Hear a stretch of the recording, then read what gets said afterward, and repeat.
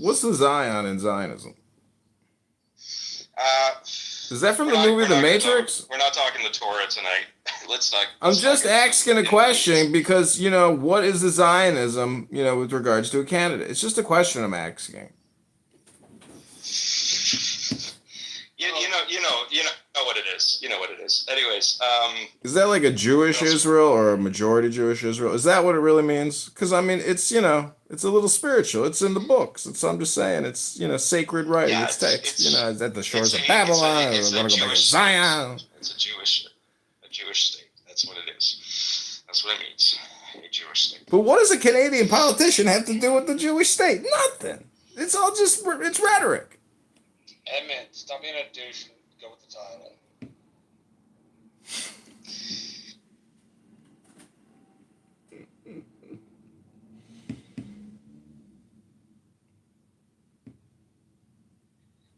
Yeah, sorry, comedian. I'm trying, but you know. All right, so I'm gonna get in front of the computer here, so we'll get some more results. The votes are starting to come in. Again, we're looking at, I think it's 172 is the magic number to get the majority government. Your thoughts? I think these are very well thought out ideas. So I think own it.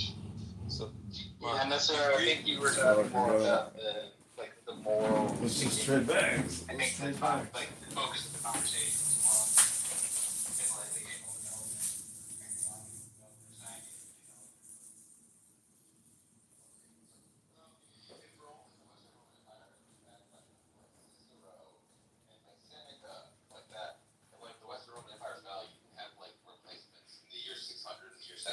Wow. It took quite a long time to get people like Erasmus. And so, like, when That's suave. big and powerful falls, Yeah, but I didn't bring it. Cover. And I think that's going on here.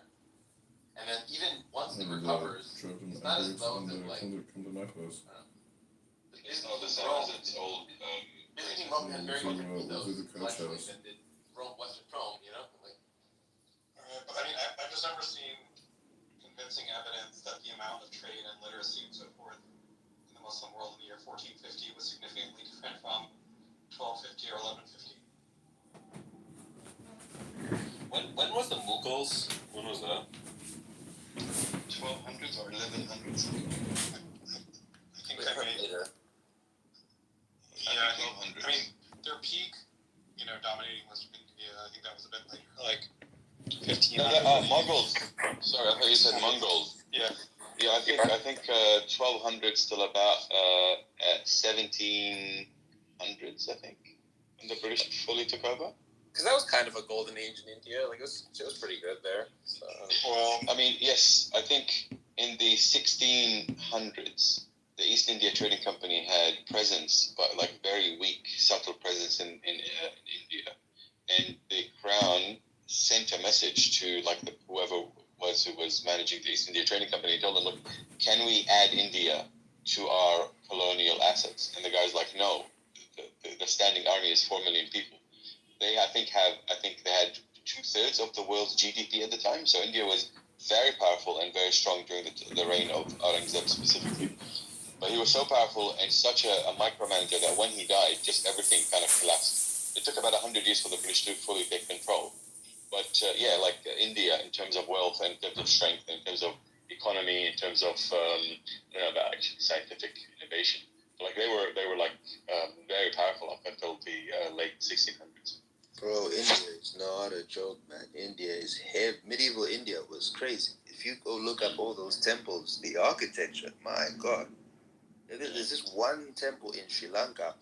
It's like built on top of a mountain, and we don't even know how they were able to get up. There's some weird stuff going on in India, bro. I'm telling you, man. That's okay. If you know me, I don't you're think gonna say Ben always says that, but man, I don't think Sri Lankans are going to be happy with you calling them Indians. Well, I mean, okay, it was during the time, I think it was during the Gupta period, so it was the same sort of empire. But there's the Kailasa temple in India, and then there's that temple in Sri Lanka, the Shugarat, I don't know how to say it, this Sigara. Just type in SUG temple in Sri Lanka. it's like on a mountain, bro. And there's no indicate. How were they able to climb up?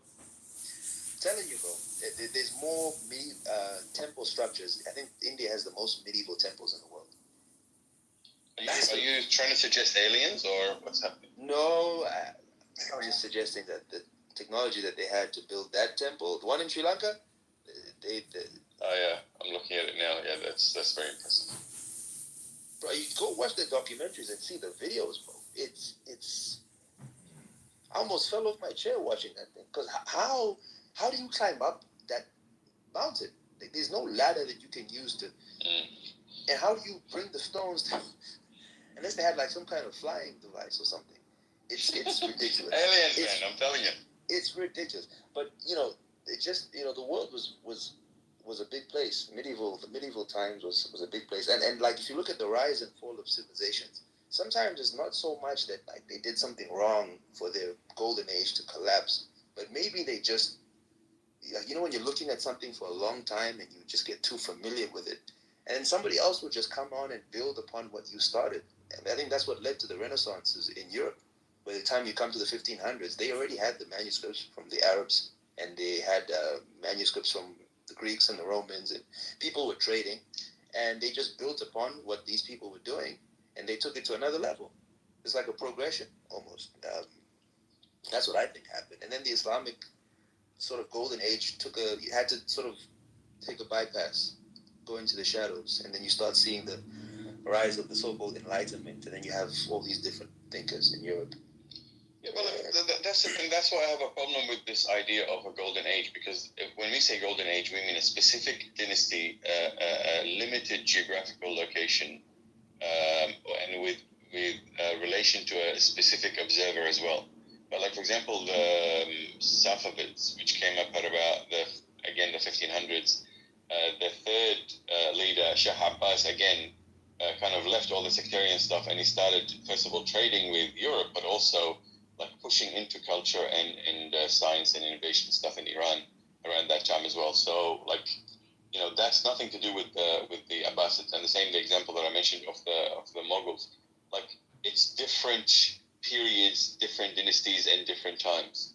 And even though they all shared like an Islamic ethos, even though some of them were Shia, some of them were Sunnis, like that's why there is no such thing as a caliphate. It was just different dynasties that reached their peak at different times and then kind of collapsed for whatever reason. Oh, I wanted to say something also about the printing press, because the in Baghdad, in the Abbasid, the Al-Hikmah Al-Bayt, they I was reading a book that said that they basically learned how to make paper from a family called the Barmakid family. It was like some family in Asia. Yeah. And so then yeah. So they learned how to make paper from there. So then by the time you get to the printing press now, it's almost like I'm sure somebody must have realized, okay, well, if we can make paper, I don't know how they did it. Surely now we can be able to start printing and mass producing, and then you had newspapers and so on and so forth. So that's just one more thing I wanted to mention before. But if you know about the Barmakids, if you're laughing, that means you know a lot about Islamic history. So conspiracy surrounding those guys. So the way they got paper was during one of their campaigns. They arrested some Chinese soldiers or something, or someone from China, and they had paper with them. And like the Abbasids were like, we want this, and so they made them train like local Abbasids how to make paper, and that's how paper came into the Abbasid Empire. But back to the Barmakids. So basically, when the Abbasid Empire came to power, it was initially a politically Shiite revolution. I don't know how deep to get into this because I don't want to bore you guys. But basically, that's why the Abbasid Empire came from Iran. And so the first 2 or 3 leaders of the Abbasid Empire, which is Abu Ja'far al-Mansur and Abu al-Abbas al-Saffah, anyways, 2 people, they settled in Iran before moving on to Iraq. And while they settled in Iran, they made really close connections with this family called the Barmaki family. And they became their confidants. And so when Abu Ja'far passed away and his son Harun, who's like basically he's synonymous with the Golden Age. Yes, Harun He was Harun Rashid, correct? Yeah. So when Harun al-Rashid came to power, he was very young. I think he was like 17 or 19 or something, so like really, really young. And so the Barmakis took over as kind of like caretakers. And until he became in his like late 20s, he was fine with it because he didn't notice a difference. Like he was so wealthy, but then eventually it reached a level where they were actually more in control of the state than he was. They brought like a 500,000 soldier contingent from Iran and settled them in Iraq, in Baghdad. So that basically he had no power. And so he spent, like once he figured it out, he spent 5 years trying to get as many of the like soldiers and generals and stuff under his trust and control as he could, who were like all Arabs, because again there was like a very ethnic or like a Persian versus Arab thing happening at the time. And eventually overnight he, like Harun al-Rashid, carried out a coup. Even though he was in charge, he carried out a coup against all the Barmakis. He killed them all. He had them like cut up into like, beheaded and stuff, and stuck on the streets. The Risafa Bridge, which is one of the major bridges in Iraq, to kind of affirm his rule and to tell people like the Barmaki reign is over and it's in my hand now. That's why when he said Barmaki, they're like, oh yeah, I know that stuff. Yeah. It's such a fucking like trick, man. Like everything you read a little bit of it, and it just like completely opens a new world. Yeah, and then you get to Caliph Mahmoud, who was his son. It's the same. So, like, when you look at the transition of these empires, you also see a lot of infighting. There's a lot of things that contribute to 100%. the rise and fall of golden ages. And then you add in the Crusades with the Europeans and the wars that were going on between the Franks and the Saracens and the so-called blackamoors, and then you had the Ummah. Like all these different things were going on at that time period. So, I'm just adding on to what you're saying, but it's very interesting. Incredible. At least I think it's interesting. Like even Ma'mun, for example, Al-Ma'mun was his father's choice. So Harun al-Rashid, before he died, he wanted Al-Ma'mun to be in power. She wanted Al-Amin to be in power. But the other son, Al-Ma'mun, his mom was very keen on him coming into power. And because he was half Persian, eventually he became the one who was the Khalifa. And so that led to a whole list of clusterfucks, which again, like it may be beyond the scope of this room.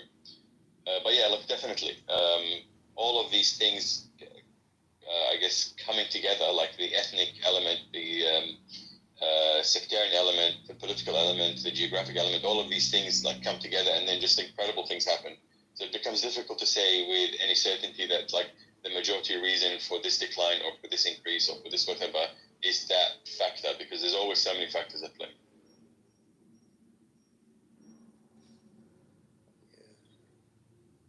And if you come to today, obviously now these empires are gone and we have nation states and so on and so forth. But it's like almost like we're beginning to see the rise of a new, I don't want to say a new golden age, but like a new age is coming in. Have any of you read Sam Huntington's Clash of Civilizations? This book I didn't he read wrote the book, in but I know the ideas. The idea is that the world is moving into a polarized time where little nation states are going to become almost irrelevant, and it's going to be about building civilizational blocks. And he wrote this book in the 1990s. He predicted a lot of the things that are happening right now, like the wars in the Middle East and so on and so forth, the rise of the Islamic population, the decline of the European birth rates and stuff like that. A very controversial book he wrote in the 1990s. And what he was saying is that basically you have Western civilization, and then you've got the so-called Islamic civilization, and then you've got the Eastern communist sort of civilizations. Like all these different civilizational blocks are emerging on the planet Earth, and that's like it's a sign of like advancement, that we're no longer in these little tribal ethno states, but now we're building empires based on civilizational, and civilizations are usually based on principles, right? So like, what's Western civilization built on? You guys can tell me. There's certain values, right? There's certain heritage, there's certain traditions. I don't know. Like I don't subscribe to books written in the 90s as blueprints for what's happening at the moment. I don't know what's happening at the moment. It's so violent and so unlike everything we've seen in the last 100 years. I can't claim to know what's going to happen. That book was very accurate, my friend. I'm telling you, it's happening right now. I mean, you can see and what's happening in the West, and you guys will tell me you live in the West, is you're beginning to see the West is trying to redefine itself, and then you have this whole left-wing, right-wing dichotomy, and it's like a return to traditionalism and Judeo-Christian values, or we need to embrace a more pluralistic society with secularism and all the things that come with that. So like the geopolitical landscape is a civilization. It's a civilizational discourse. Like you can see now people warming up to Russia and China because of certain things in the media, and people warming up to communism and socialism. But it's really more of a civilization. It's a civilizational conversation. And then now you've got the whole Islamic thing. You've got people like Andrew Tate converting to Islam, and Islam is becoming very popular. Andrew Tate is a grifter. Yeah, Andrew he Tate is, a but grifter. Like he just regardless he of what he is, he's very influential, right? Especially among young people. It's politics. It's geopolitics. Maybe he was paid to convert to Islam. I don't know. Yeah, he's definitely paid to become Muslim. Like, no, I don't think anyone paid him. I think he just saw a lot of opportunity in, easy to influence young brown men, and he's like, okay, if I become Muslim, I'll just get a lot of people to join my Tate University or whatever the fuck it's called. But like, look, I don't think Islam is currently a civilizational force. Like, I think there's always a potential, and it's like, as a deconstructionist Islamist, I definitely think it has a role. But currently, I don't think it has anything. Like most countries now, like whether it's, for example, Iran is under, Russian or let's say like a Russian circle of influence, and like the Gulf countries and Iraq and stuff are under this like American Zionist, not Iraq, actually, Iraq is but like the Gulf, for example, and Egypt and Tunisia and Morocco are under the American/Zionist circle of influence. So a lot of these leaders are not really Muslim leaders. They're just like paid, criminals for these forces. And there is no wave, there is no movement. Like really the most promising, you could say, movement was the Muslim Brotherhood, but that's getting shut down and banned in most countries now. So, like, that's really impacted how Muslims think of themselves as a civilizational force, because there's no one to carry it. The principles are all like impractical or outdated or kind of very heavily influenced by 1950s, 1960s left-right discourse. So like we need new leaders, we need new thinkers. I don't know how that's going to happen. That's why the Mahdi is here, Nasser. Mahdi, yeah, I subscribe to eschatological theories. So yeah. Sam knows him. Sam, you know the Mahdi, right? He's your friend. Yeah. Mark. Which one? The new one? Yeah, the new one. What have you heard about the new Mahdi, Mark? What's his name? I Al Qaeda? That guy? The guy who's got a TikTok account? There's a new Mahdi. I Googled his manifesto. He just seemed like a random crazy person. The guy with the beanie, right? He's always with a beanie. Yes. The beanie. Yeah, I love that Mahdi. guy. He's so good. I love his interviews. It's just like so wildly crazy. Like his claims are so ambitious. Like, well done to you for putting yourself out there.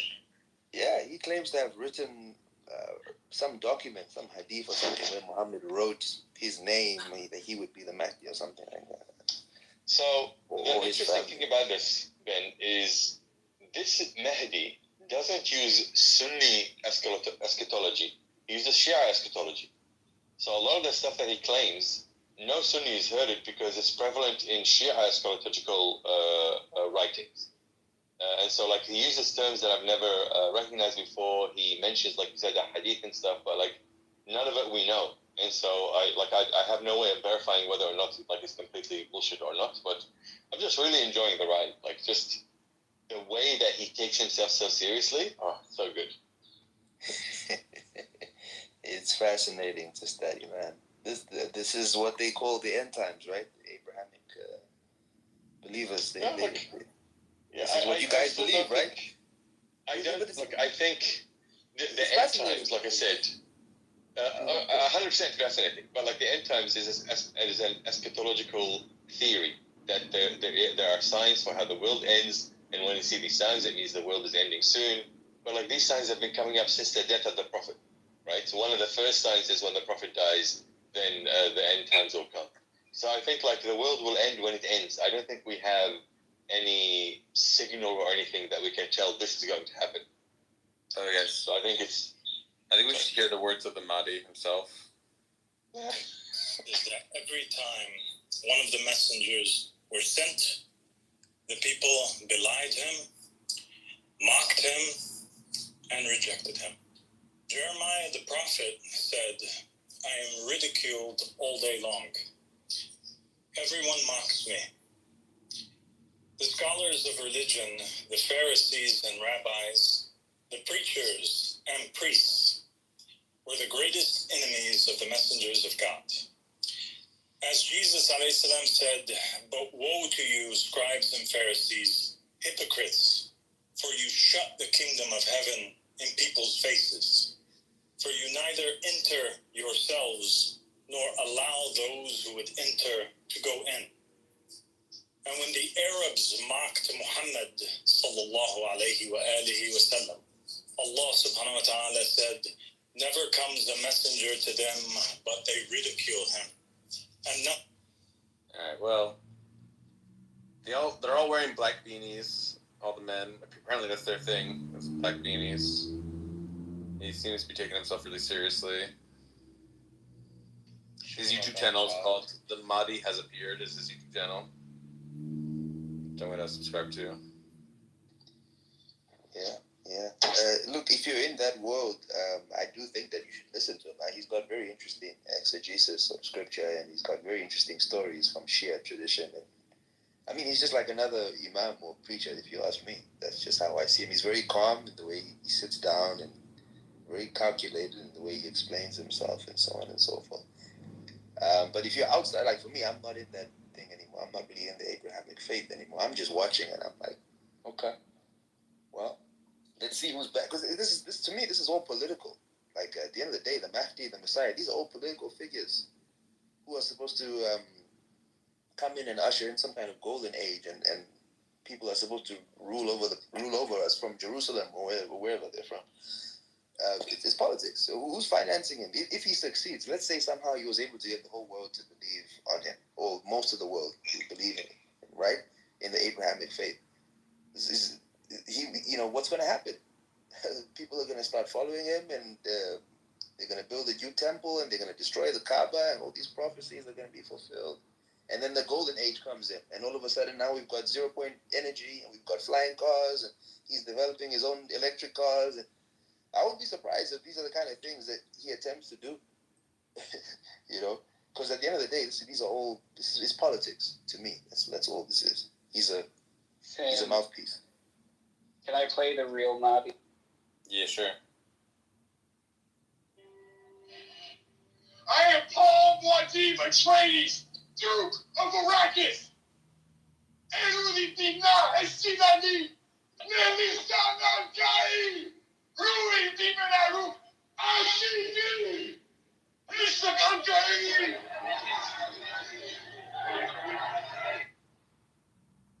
Nice. Great movie. None of you can stand before me.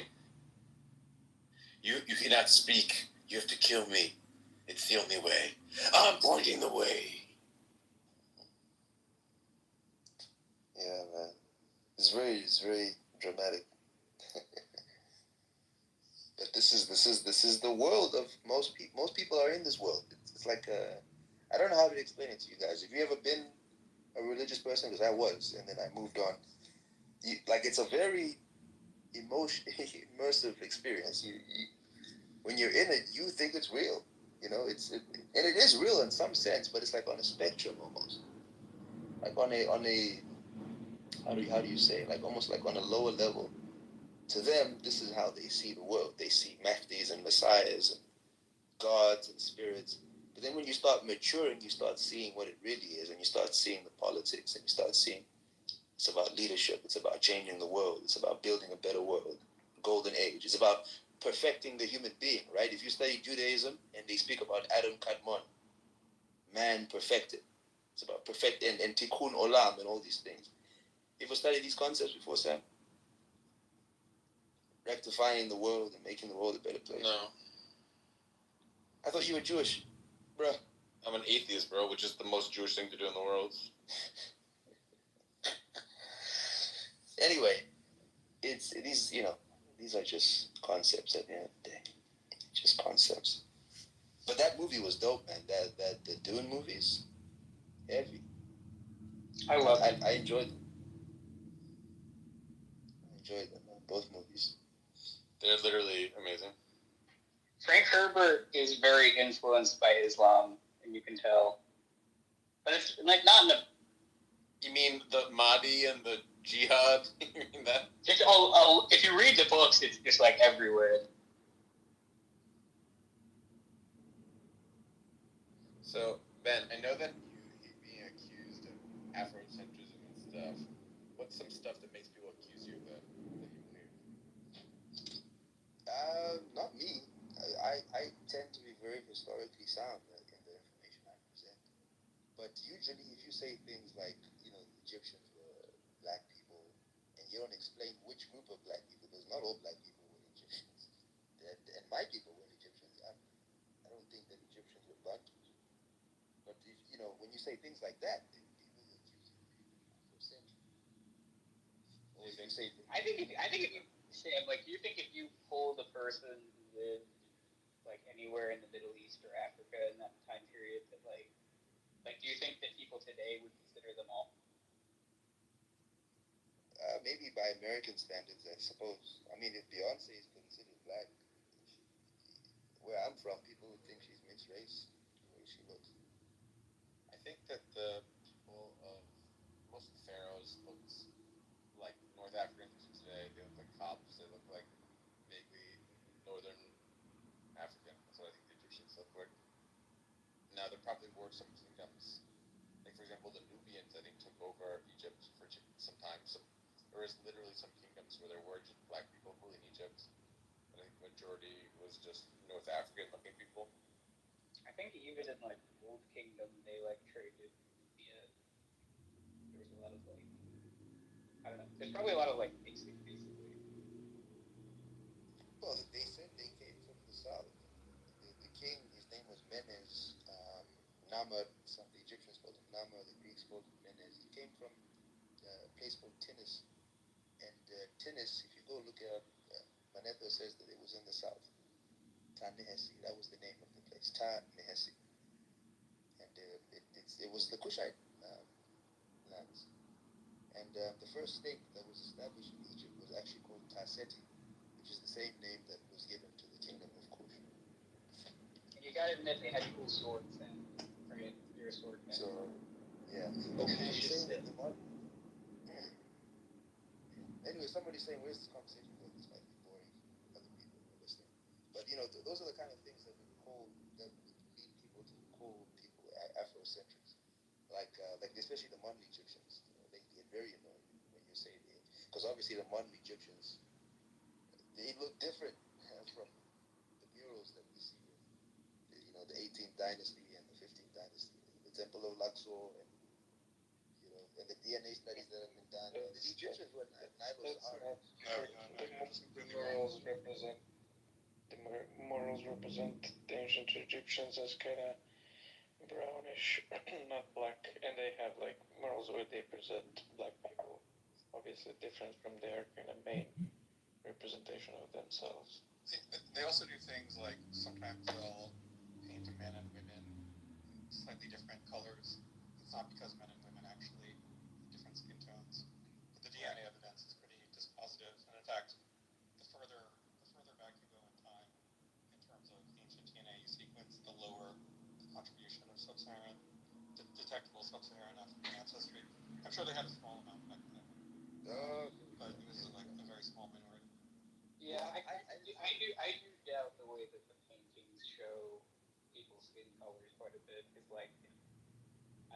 we know there's so much variation in art in terms of They like how showed it correctly. Like the skin color that they show is basically the same as the Arabs today. Like they're all this like Semito-Hamitic like group or whatever. I mean, it's not just the skin color. You can see the hair.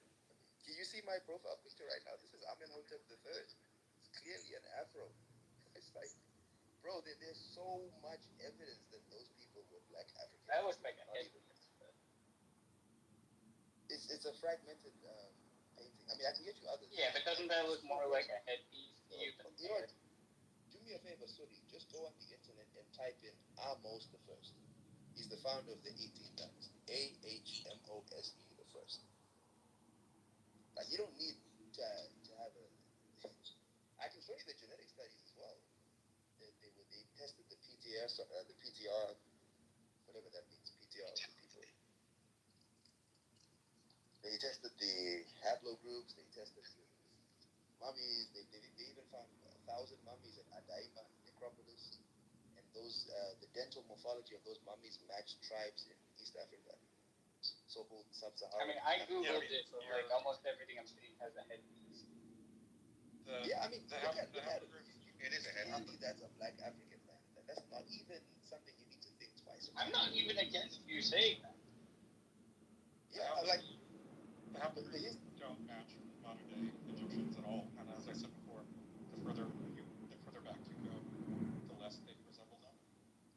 And I mean, the somatic DNA, while more telling, it's rarer.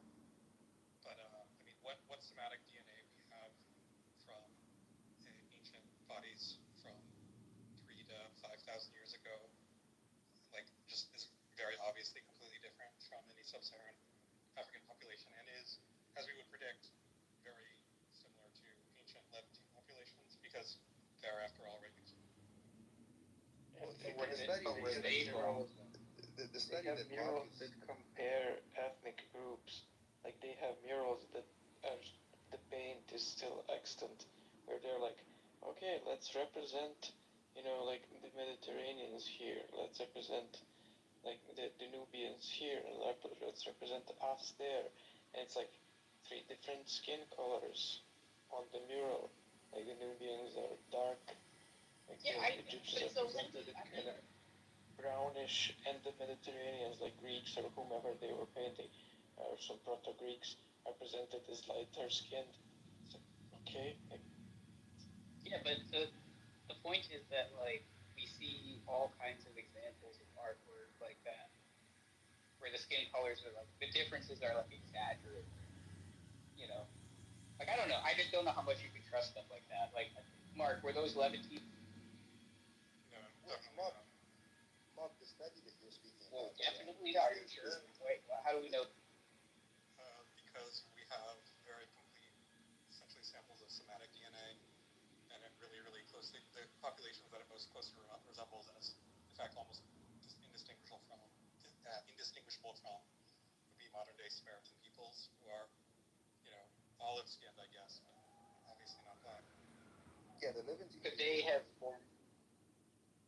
They were not black. They were not black. Except for maybe if you want to talk about the Natufians, there is some debate about what they were, because they have. Go far enough back, they were. Yeah, sure. If you start going into like prehistory and stuff like that, that's when you start talking about the Natufians and other things.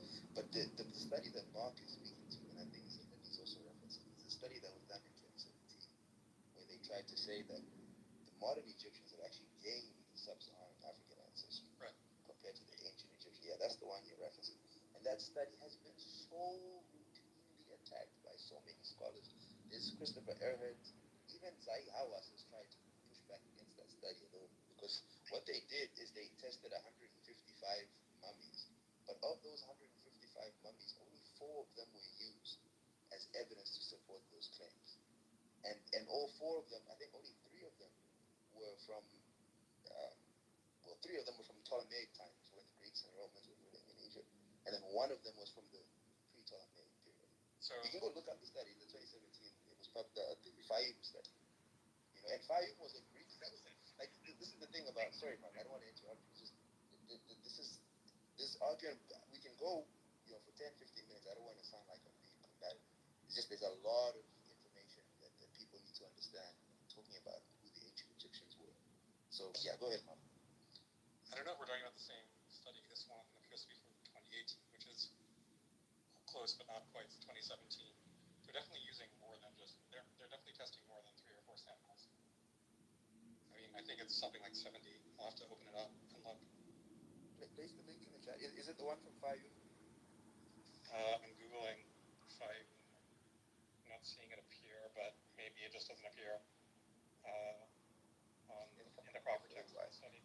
Anyway, hold on, give me a second. I'll find it on my phone and I'll. Yeah, because many studies. There's another study that was done on the limb proportions of the ancient Egyptians, and I'm literally quoting what the study says here. It says that such proportions are termed super negroid. That's the term that they use to describe these limb proportions. They match the people in Sudan, South Sudan, and Sudan today. And then you have the trichology test that they tested the hair samples, and then we have the melanin dosage test that Sheikh Anta Diop did in 1960. So who are the people that you're referring to who are doing whatever studies you're referring to?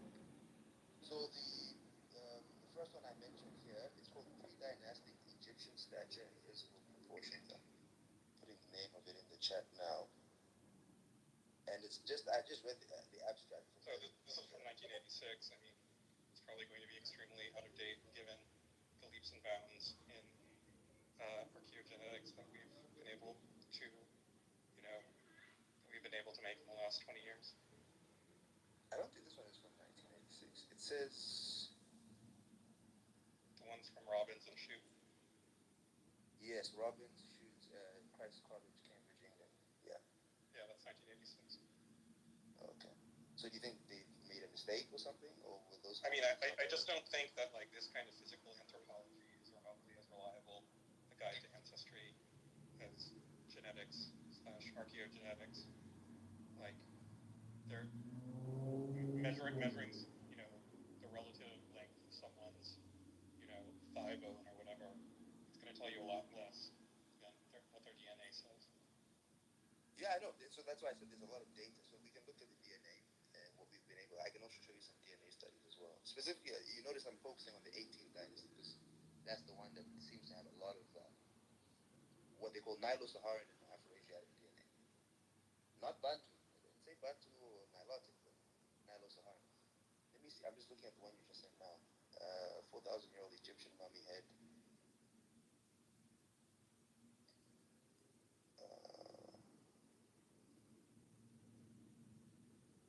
Is this one mummy? I've never seen. I'm trying to find the one I was thinking of. I don't know about this one actually. The one I was thinking of used definitely at least 70 samples. Trying to find it though. So I might take a second since I can't really talk and Google effectively at the same time. No, that's fine. I got a new phone, so I used to have a whole list of studies that I used to keep up on my. But then obviously outside of the DNA studies, you also have Herodotus, you have Pliny, you have all these ancient writers who were very unconfused about the ancient Egyptians. They grouped them in with the Ethiopians, said they had black skin and woolly hair, and so on and so forth. And then you have even the Bible says that the Egyptians are the sons of Ham. I mean, we have really realistic paintings, essentially portraits of ancient Egyptians from the time of like Pliny or so. They clearly don't look anything remotely like Nilotic peoples. Well, okay, so now we're talking about the Fayum portraits, right? From the time of let's just say maybe 200 AD, 100 AD. Something like that. I mean, that's not very far off from Pliny. Right. Those are the Fayum portraits.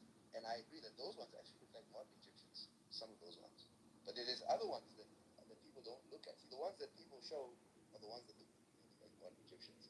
But there's other Fayum portraits that look very much like the Nubians in Aswan and Nubians in Sudan. All right, so I apologize for interrupting, but I found on my computer the study I was looking for. It was different. Yeah, although send it through. it has partly similar quotes. Let me find it. Egyptian nature communications. This one is, in fact, from 2017. Hold on. Yeah, that's the one. It's from 2017. The one with Schuneman, yeah. Yeah, Schuneman. So if you read that paper, what they'll tell you is that they looked at 155 samples and they selected like 70 something of them, and then of all of those samples, only 4 of them were useful for examination. You gotta read the whole study and you'll see. Like the one I'm looking at here says 19. Mitochondrial genomes. Where is it now? Where does it say that? Sorry, let me just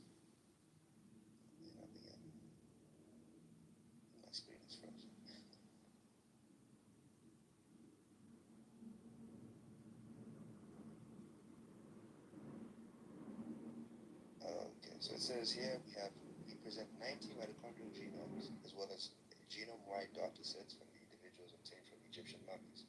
The samples recovered Middle Egyptian span around 1300 years of ancient Egyptian history. Our analysis revealed that ancient Egyptians shared more ancestry with Levantines, yada yada yada. It may be the case that only 4 samples were useful for autosomal DNA, not for mitochondrial DNA.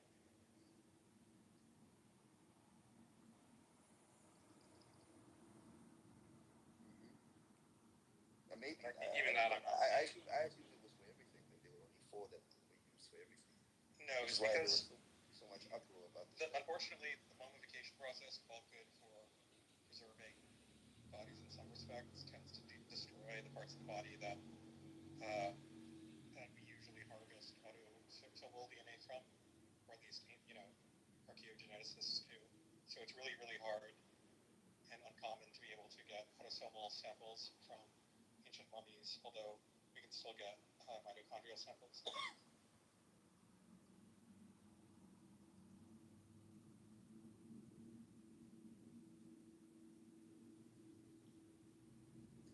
So, did the Kushites only conquer Egypt once during the Napata period? No, Kushites founded Egypt. As I said before, Tarseti, the first state in Egypt, was founded by Kushites. Namur was from the south, or Menezi was from the south. And then, sorry. Sorry, I didn't mean to interrupt. So that was the first time. And then I think there were subsequent dynasties. I think it was the 5th dynasty. Nubians have always had a heavy presence in Egypt, but then the most famous one is the 25th dynasty. That's when Taharqa came in. And that's when even mainstream historians will say, yes, that's when Kushites finally came in and conquered Egypt. Yeah. That's 744 BC, 25th dynasty. That king was famous too. Taharqa, he's even mentioned in the Bible. So it seems that in this study we have 90 mitochondrial samples that they're comparing with, a comparable number of modern-day Egyptian and Ethiopian samples. Right.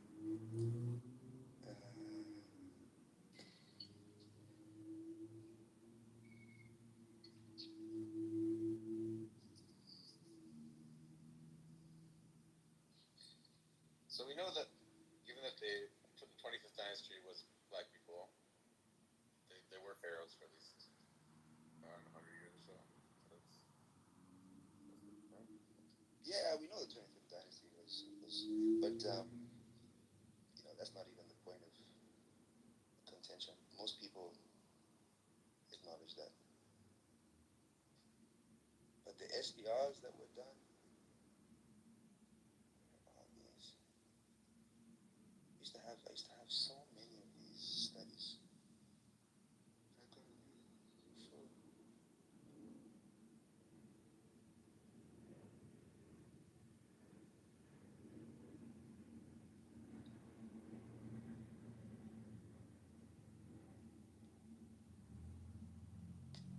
Yeah. So anyway, I mean, short answer to your question, that's why people end up accusing. Maybe not me. I don't think I've been accused of being Afrocentric because I'm not an Afrocentric. I don't even think life started in Africa. I'm a little bit far out there. But, Where's the artist? India. India? But yeah. But before we get, that's more of a personal belief. It's not something I can necessarily prove empirically. It takes a bit of time. Do you think that? But Do you think Sanskrit is where the Proto-European languages started? Like, do you believe in out of India theory as opposed to the Yamnaya invasions from? Yeah, I haven't studied that particular theory in depth, but obviously Sanskrit is connected to many European languages. It's an Indo-European language, but I do think that there was obviously what they call an Aryan migration. Now they used to call it an Aryan invasion. There was obviously migrations of people from the Caucasus and other parts of Europe came into India. So they exchanged or maybe they started in India before they were here.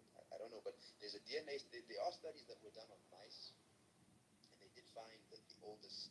There's a particular mouse that's found in agriculture. There's a mouse because mice are very fragile creatures. They can't really survive in the wild, right? So when you see that kind of mouse, you know that there's agriculture. And they did some DNA sequencing of this particular mouse, and they found that the oldest mouse was found in India, and it goes back like 500,000 years, which means that agriculture had to have started in India based on the study. That's one argument that I'm still researching. Go ahead. Well, not that I need to scold you or anything. I don't care or think it ultimately matters that much, but you do seem like a bit of an Afrocentrist to me in that you want to claim various civilizations for, sub-Saharan African ethnicities that are not in fact sub-Saharan African in ethnicity, and want to claim, arguably want to claim civilizational achievements for that group more than the historical records might necessarily justify. Well, he's only trying to claim like the earliest pharaohs of Egypt. He's not trying to. I said that my people were Egyptians. I said that the ancient Egyptians were a Nilo-Saharan culture. Well, which is linguistically proven already. Okay, well, Afrocentrism doesn't mean Bantu centrism. I mean, the Bantus are not the only sub-Saharan African. Right. Wait, hold on, but Mark, who is he claiming besides the early Egyptians? Is he claiming? He's not claiming Indians or African. Yeah, I didn't say Indians were African. Well, I didn't accuse him of. There aren't that many Afrocentrists who want to lay claim to India, as Which far as I'm aware. is a real fun one. Well, I mean, believe me, they are. They are African scholars who try to do that. I mean, just like various African civilizations or societies having like advanced knowledge that was later forgotten or maybe even stamped out, like the scholars of Timbuktu having access to like advanced mathematics. They just said, I remember in a previous room, he from a long time ago. It's been a long time since I've seen. And again, I don't mean to be wagging my finger. I don't dislike you or anything, and I'm not trying to make fun of you. But like, I think you have beliefs about like, that one tribe, the Dogon, having advanced like astronomical knowledge that couldn't be accounted for through ordinary means, that sort of thing. Aliens. Not aliens, but Wasn't there something weird with the Dogon tribe? Yeah, there was a book called The Bill Fox written by German anthropologists, and they said that the Dogon had knowledge about Sirius A and B, which is something that we hadn't discovered until the recent 20th century. So that was the only. I think that was the point I was trying to make then. I wasn't as well read as I am now, so nowadays I'm a little bit more calmed down. That was months, maybe almost 6-7 months ago, I think. That was the last time I brought that up. But yeah, I do think the ancient Egyptians were definitely a black African culture. I'll debate anybody on that subject. See, Sam? Way too much data on that one. That's like that debate ended with Sheikh Anta Diop and the UNESCO when they invited Theophilo Bengla and Sheikh Anta Diop to the UNESCO conference. That debate ended in the 70s. All the data, like this fresco from a tomb in the 11th dynasty that I linked, clearly shows that the Nubian wife of the pharaoh is dark-skinned and that the Egyptians are only brown-skinned. The difference is huge in their own presentation.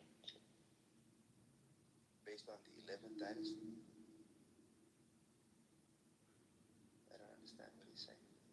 He's saying that some 11th dynasty king had a Nubian wife, and they depict the Nubian wife as being very dark-skinned compared to the Egyptian.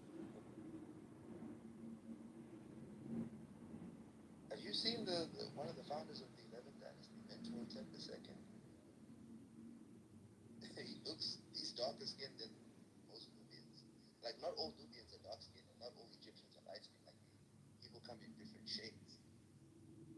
There's this obsession with trying to because the thing is, if Egypt was black, then that means that a lot of what we've been told about. No one is obsessed with I don't know why he interrupted me. I didn't interrupt him, but I'm just making a point that there's this. It is an obsession on both sides. There's like black people want to see that Egypt is black, and non-black people really like Egypt to not be black because there's this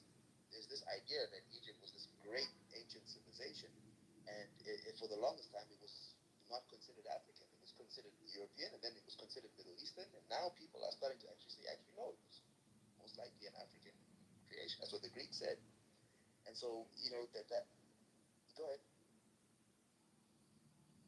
Yeah, none of that is true. Like, no one, like, has some, like, bad sentiment towards black people. They want to deprive, like, their history of this great achievement of the Egyptians. Like the people who are, like, have negative sentiments towards black people are yet the yokels who don't know what ancient Egypt even is. Like, and the people who are, like, out here, denying the Hotep revisionist pseudo history are not like, you're obsessed with, like, downplaying black people's ancient achievements, but are, like, at best, what, people like that, or I should say like us, can be said to be obsessed with is mainstream historical facts, and, like, not letting people do historical revisionism easily, and, like, just denying mainstream history with some ridiculous, like, obviously ethnically motivated, like, theories. Well, go ahead. I basically think that what's it called? I have no issue with Egyptians being black if they're black. Like, you telling me that the 25th dynasty was black? I'm like, oh, cool. 20th dynasty was black, nice. Like, I have no interest in. Why would I care? I don't think I'm Egyptian. It's just not like no skin off my back. You know what I mean? So I'm pretty sure most people who are really into ancient Egypt and who are going to deny this kind of, like, Hotep or Hotep adjacent narrative, like, are also going to be into, pointing out some interesting facts about sub-Saharan civilizations that are never talked about. It's like, oh, did you know that there's actually, like, various ancient kingdoms there, that, like, they had more advanced metallurgy in sub-Saharan Africa than, like, in the Middle East. The Iron Age came there, like, way, like, before, like, on the historical timeline they did, like, in the Middle East and above. So there's, like, various interesting facts about, like, kingdoms and civilizations that everyone agrees are black, that, people who like ancient Egypt are going to be also fascinated by and want to promote and want to see, be like, look, like, various interesting civilization stuff, like, down there with black people in sub-Saharan Africa. But so it's like there is no motivation among, like, these nerds who like Egypt, like, oh, we want to deny, that black people, like, were actually the Egyptians. It's just the fact that the Egyptians weren't black, like, they were brown. Like, sure, there was, like, some Nubians there, like, several pharaohs, obviously some pharaoh wives, probably lots of civilians were Nubians. Like, it was a neighboring kingdom, of course, that was, like, mixing of people. But whenever Egyptians present themselves visually, they present themselves as brownish people, obviously distinct from Nubians, like, taking, like, the typical kind of image of one and the other. I say typical because, of course, what was said is true. Not all Egyptians were brownish. Some of them were of Nubian origin and were, like, dark-skinned, and vice versa. Like, of course, like, yeah. But the fact is that the vast majority of them were not black people. They were, like, brown. Why is this two questions? Why is this obsession with, like, if a person is black-skinned, they're Nubian. Why can't they just be Egypt? I'm asking you a question. I'm not arguing. I think it's very interesting that you would make that statement. So, like, if somebody is black-skinned, they're Nubian. Or they have Nubian admixture. There's no, like, original Egyptian black population, right? Well, why do you say that? Is that just how it is, or I'm just trying to understand. Where is the original, like, Egyptian black population? Like, maybe in some prehistory, like, dynastic Egypt. Like, I don't know, but everything we know about the Egyptians, like, from, their depictions of themselves, they're brown people. They're, like, Afro-Asiatic, like the Berbers, like all the other, like, non-Egyptians in North Africa, like the Arabs, whatever. Yeah. I'm, Go cu- ahead. I'm curious about your India theories. That seems like less contentious. Do you think that humanity started in India, or that civilization started in India? Well, this is obviously not something that I can empirically defend. You know, just give me your guesses. Yeah. I know where I come from. This is just my own personal beliefs. I think that possibly humanity started in India. Possibly. So, one reason why like Darwin thought it started in Africa before we had any sort of DNA stuff was just that's where the great apes are. So we probably evolved near where our closest ancestors live. You know. What do you think about that? Just that basic of an user. Yeah. Because of the great apes and the hominids and so on. Yeah, I mean, like we obviously are very closely. We look a lot like chimpanzees. So like probably we evolved near where the chimpanzees live. You know. Doesn't that just make it too? Yeah, I mean, it's a good theory. It's a leading theory. I don't deny the veracity of those claims based on empirical data. I think that the reason why I would reject that is because I have out there beliefs about what the human being is and where we came from. Because I have so much respect for the spiritual traditions in India, I tend to sort of go with those kind of the information that appears to have come from there. That we had different shapes and sizes, and that there were like even etheric forms that we had. Green-skinned people, and these are like stories that I've read from Indian texts, the Puranas and the Mahabharatas, and then even the theosophical texts that emerged later from Blavatsky and so on, other people. And then obviously like the I think India has a very old calendar system. Like they count, they've been doing this for at least 1,000 years that we can trace. They trace humanity going back 300 trillion years. Like what? Like they call it a night of Brahma and so on. So like how do they where do they get these ideas from? It could be that they just made it up, right? Which is what I guess most empirical people would do. But I tend to think that there's a lot more to the picture. And I won't lie, a lot of this is also coming from theosophy, which is I do tend to take Blavatsky's information very seriously. Things that she said she learned in India, Tibet, the root races and stuff like that.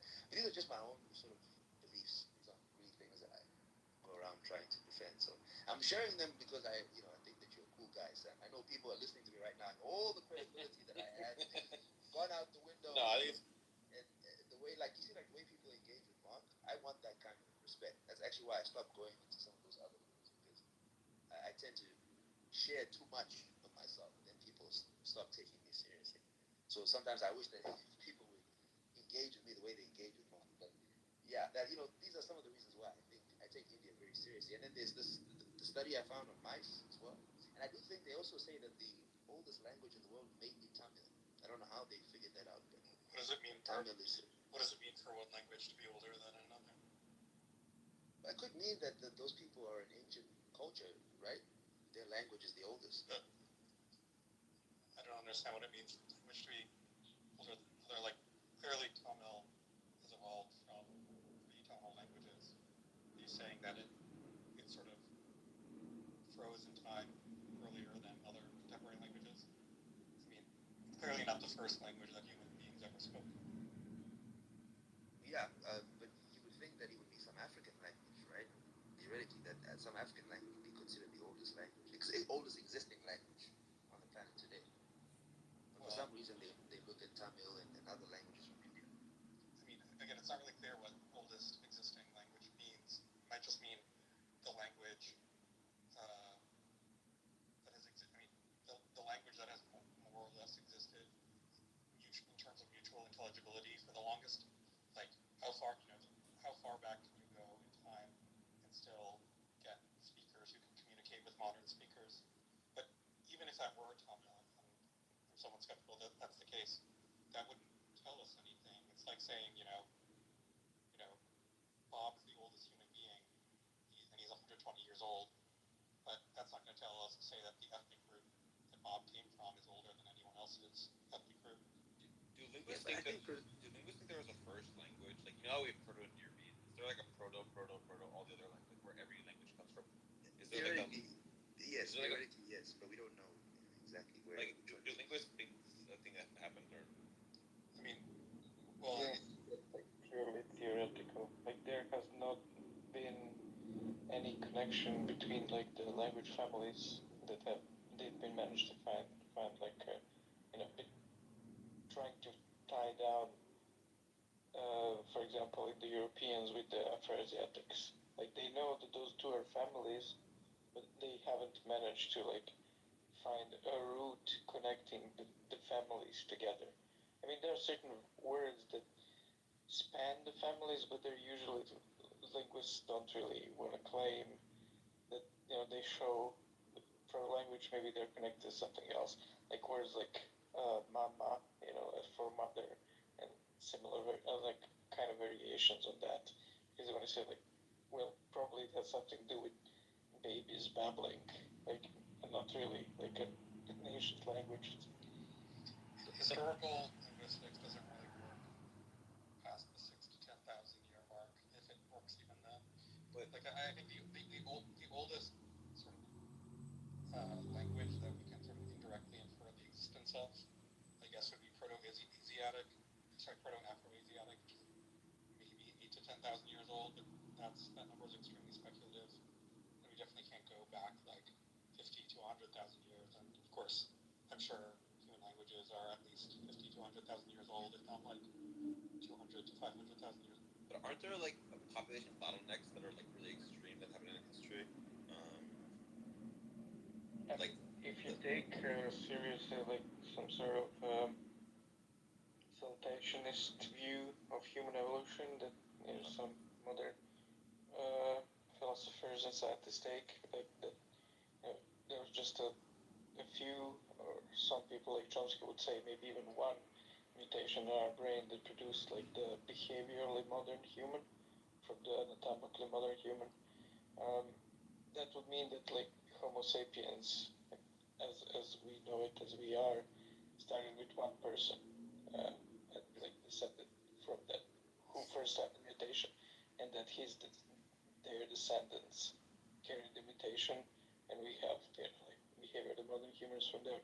So like those populations would need to communicate somehow. I guess they would have some. That would be the proto language, however they communicated with each other.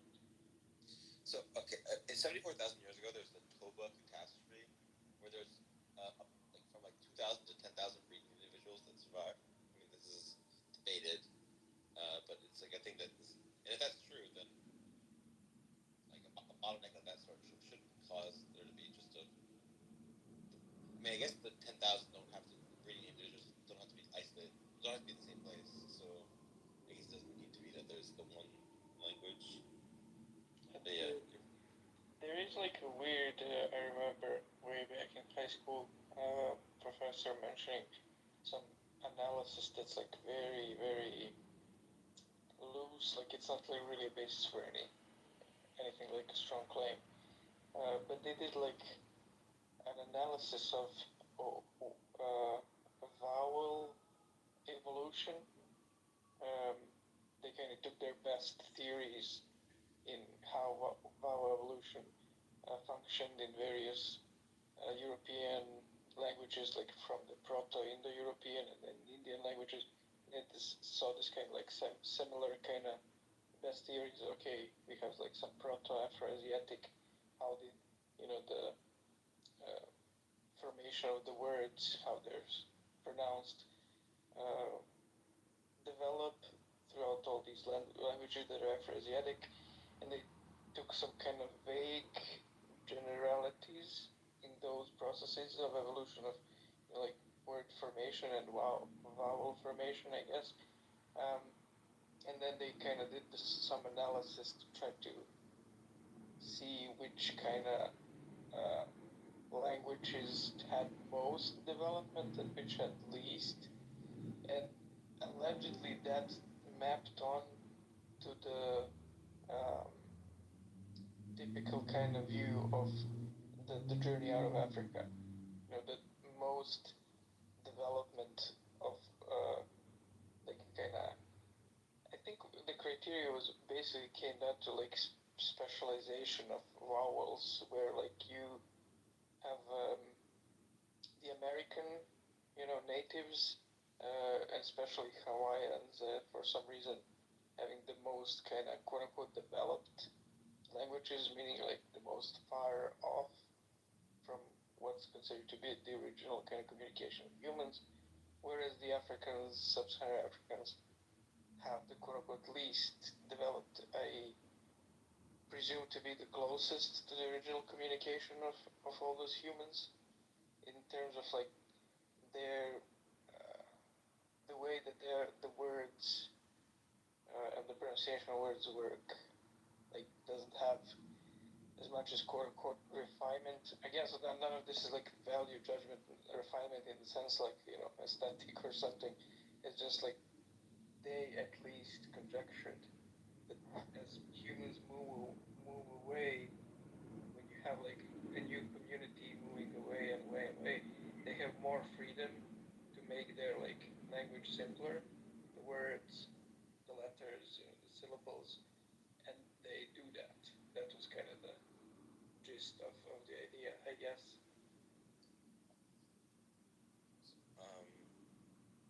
I wonder if the Neanderthals and Denisovans influenced us linguistically. That would be pretty interesting if that happened.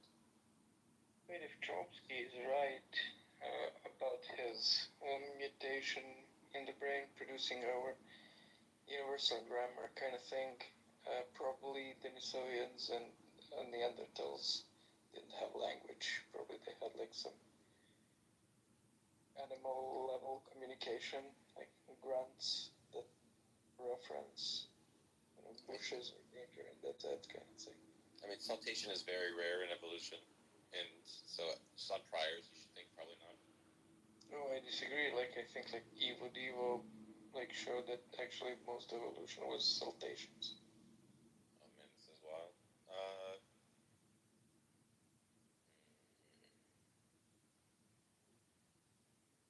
Yeah, I mean, I don't think so. I mean, I don't know what to tell you. I mean, when we breed cattle for certain traits, do you agree that they're not like finding rare monsters? They're just taking small differences in cattle, like in size and horn shape and stuff like that, just slowly enhancing them. That's what we're doing with cattle when we breed them.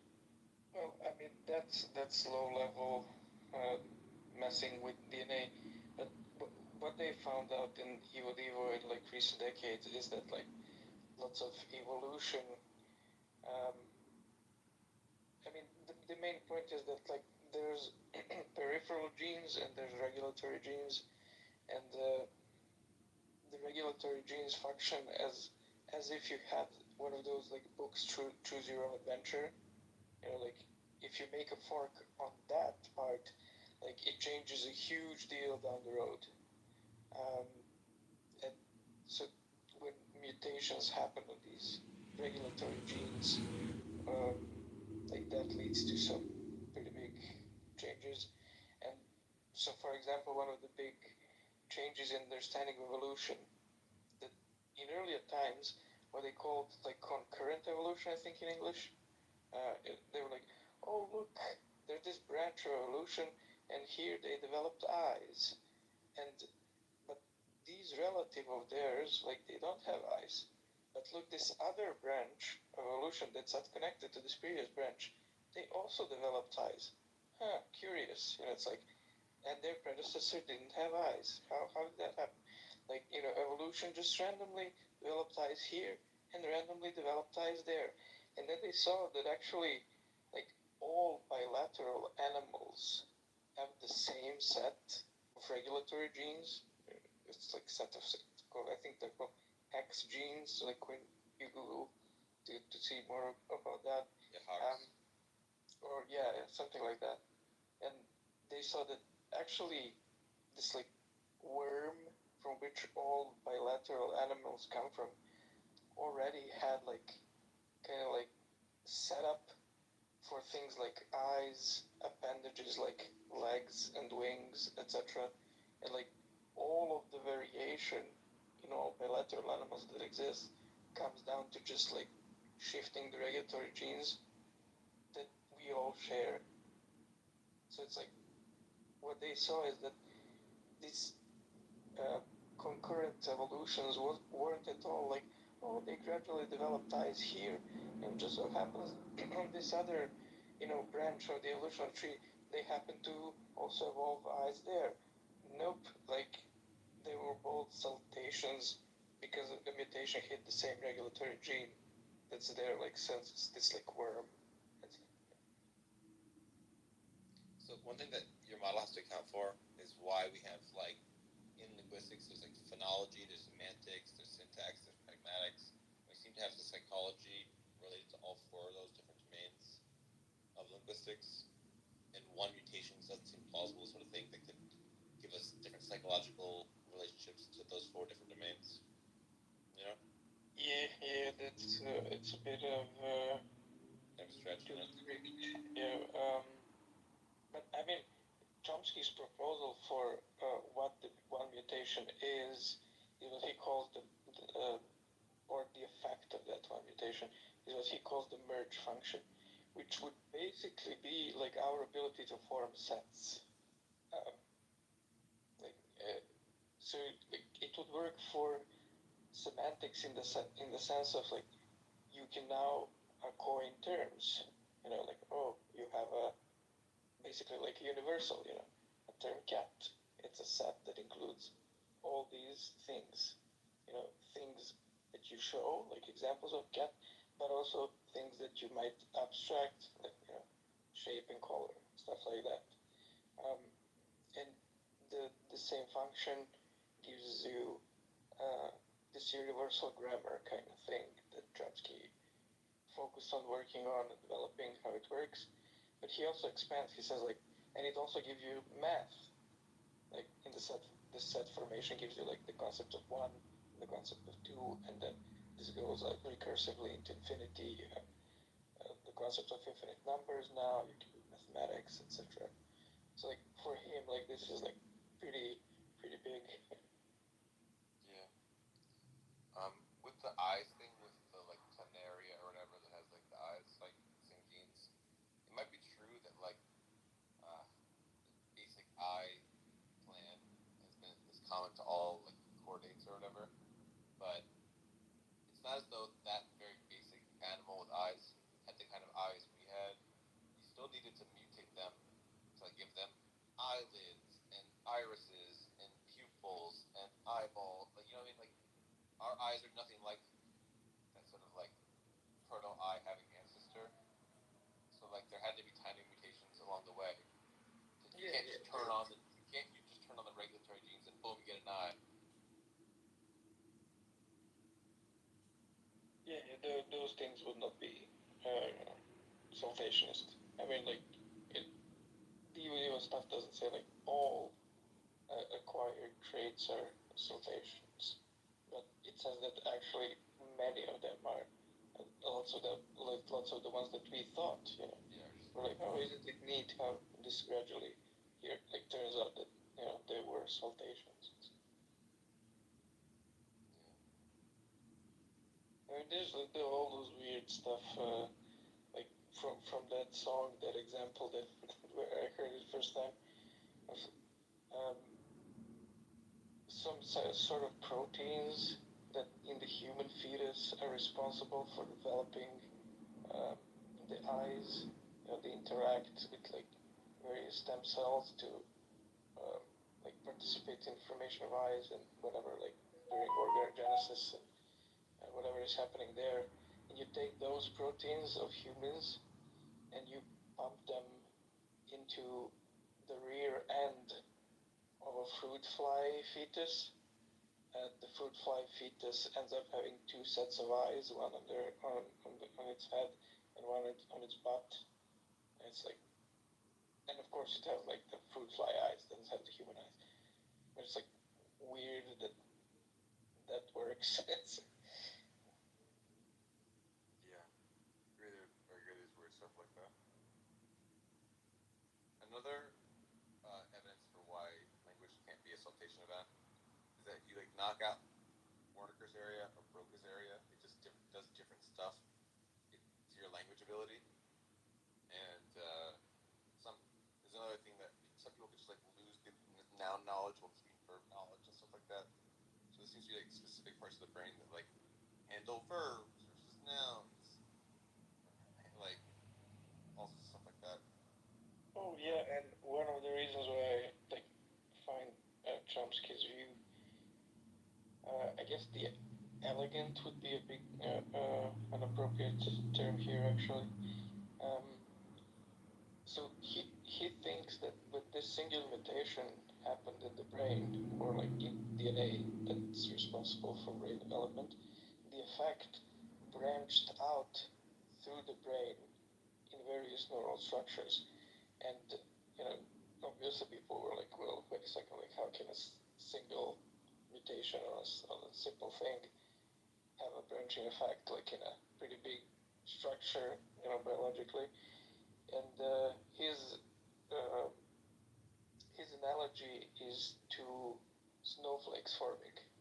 It's like it's obviously the case that there are certain natural laws that make things take very complex physical forms and branch out, even without any DNA to guide such, you know, a formation.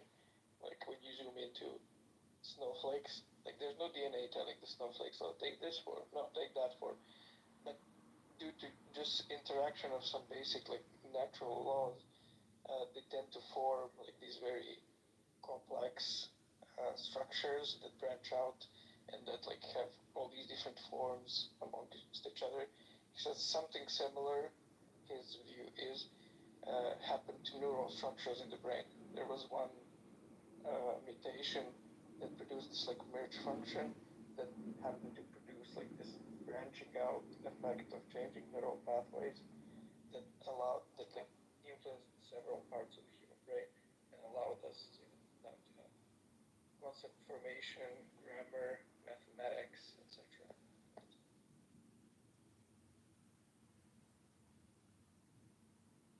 Mark, I see you're battling about Cleopatra in the chat. You wanna just on mic make your case?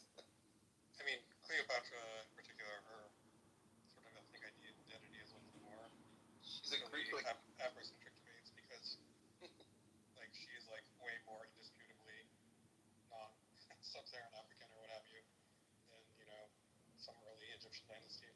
she's from the Greek guy named Ptolemy. Like we know who the guy she's from. Who said she was a sub-Saharan African? I don't think anyone has ever made that claim. Even in the Netflix documentary, nobody makes that claim. People do. The claim is that she was quote unquote black, and that term, like I said to you before, there's different groups of people that are considered black. But the idea is that she was possibly, I mean, I don't even know for certain, possibly she had some Egyptian ancestry. I'm trying to look up her family line right now, but I think we only know about the Ptolemaic line. We don't know about her mother's side. And there was a study that was done by, I put it in the chat, where they supposedly found remains of her sister, indicating that her mother had African ancestry. Well, this is actually how it started. This is a very old BBC article, by the way. It's from like well, so 10, 15 years ago. it's true that there's a distinction to be made between black and sub-Saharan Africa, but I think I'm using sub-Saharan African because I think the overwhelming majority of people in that era who you would call black were in fact sub-Saharan African, and in particular the ancient Egyptians of the Hellenistic period or the Roman period were clearly, you know, the overwhelming majority of them would not have been what you would call black. I mean, maybe there were some, you know, people in the South who were like, you know, maybe some of their territory would belong to modern day Sudan or something, and you would consider them black. But those aren't the sorts of people that I think would have been common Egyptians. And moreover, I don't think that the common Egyptians were Cleopatra's ancestors. First of all, the mother of that princess Arsinoe that you're talking about, I think it may have been a different woman than Cleopatra. But more to the point, even if I'm wrong about that, I think like modern, you know, these are like measurements taken over 100 years ago, and I don't think that like, you know, skull or bone measurements are considered a super reliable way of gauging ethnic ancestry. And in fact, if you Google like the Wikipedia article for Cleopatra, they'll mention the specific person that you're naming as a source for the claim claim that Cleopatra's mother was Egyptian or black or something like that, will say, these other scholars point out that this is not a reliable anthropological, gauge of biological ancestry. That style measuring could be a reliable way to gauge personality traits and moral traits. Well, I'm yet to see anyone address the study and try to debunk it. So I'll continue to research. Sure, But, I'll post the thing I mentioned will share it with me, man, because to be honest, I think she was definitely Macedonian. We know that, and possibly she had some ancestry. But now, we start going into the Macedonians. Were the Macedonians purely Caucasian? Were they Middle Eastern? Either way, I doubt they were black anyway. But the fact that this woman in my bio, I don't know if you did see my bio, she's the one who was casted to play Cleopatra. The fact that her playing Cleopatra was so controversial, if you ask me, I think it's totally ridiculous. I think it's more than likely the Macedonians did look like her. Maybe they shouldn't have called her black. That's what people should have said. To say that she doesn't look like Cleopatra, it's obvious what the issue is. People don't like this idea that it seems like we're trying to sub-Saharanize the civilized world of antiquity. People don't like the idea that because they think it's ahistorical, and I also think it also sort of bugs them that these primitive sub-Saharans think that they can just claim other people's history. I get that I would be frustrated too, and I do get frustrated. That's why I have a problem with the Hebrew Israelites and all these other crazy people. But the facts are the facts when it comes to ancient Egypt. And one thing we do agree on, is that during the Hellenistic period, I don't think the majority of the Egyptians were black. And it's actually what's his name? Is it Pliny? There's a source that we have where they say that during the Hellenistic period, there were 200,000 Egyptians who fled south because of the invasions that were coming into Egypt. So we know that people fled Egypt and went south, by the hundreds of thousands. So I won't be surprised at all if it's no longer black anymore. But of course, there were still black people there, but it's no longer a majority. So, the reason I rankle at this is not because I think that black and or sub-Saharan African people were more primitive than Egyptians or other civilizations, and thus it's unfitting for the one to claim the legacy of the other. It's just because it has nothing to do with primitiveness, primitiveness, whatever the word is, or advancement. I just don't like, obvious rewriting of history in really, blatantly ahistorical and scientifically illiterate ways. And I think that's what most of these claims amount to. I'm going to say primitivity. I will have to Google it. I'm busy on Wikipedia at the moment doing what I said I would do. If you are interested in some more data, Mark, I'll be more than happy to send you some documentaries and some studies, because I do have them on my laptop. I don't have them on my phone anymore. If you are interested, because a lot of people, they tend to combat me on this, and they just leave the subject alone. But if you are interested in the truth, and you are looking to see what the other side of the argument is outside of a Netflix or a YouTube video or some Metatron, I don't know if you know Metatron, is a very famous YouTuber who does history videos. People don't actually look at the argument that people are making for the Africanness of ancient Egypt. So if you are looking for it, I can share those sources with you, because it's heavy, man. This is just way too much data, in my opinion. And of course, what do I know? Like, I've already kind of discredited myself because of some of the things that I believe. But have an open mind. That's all I can say.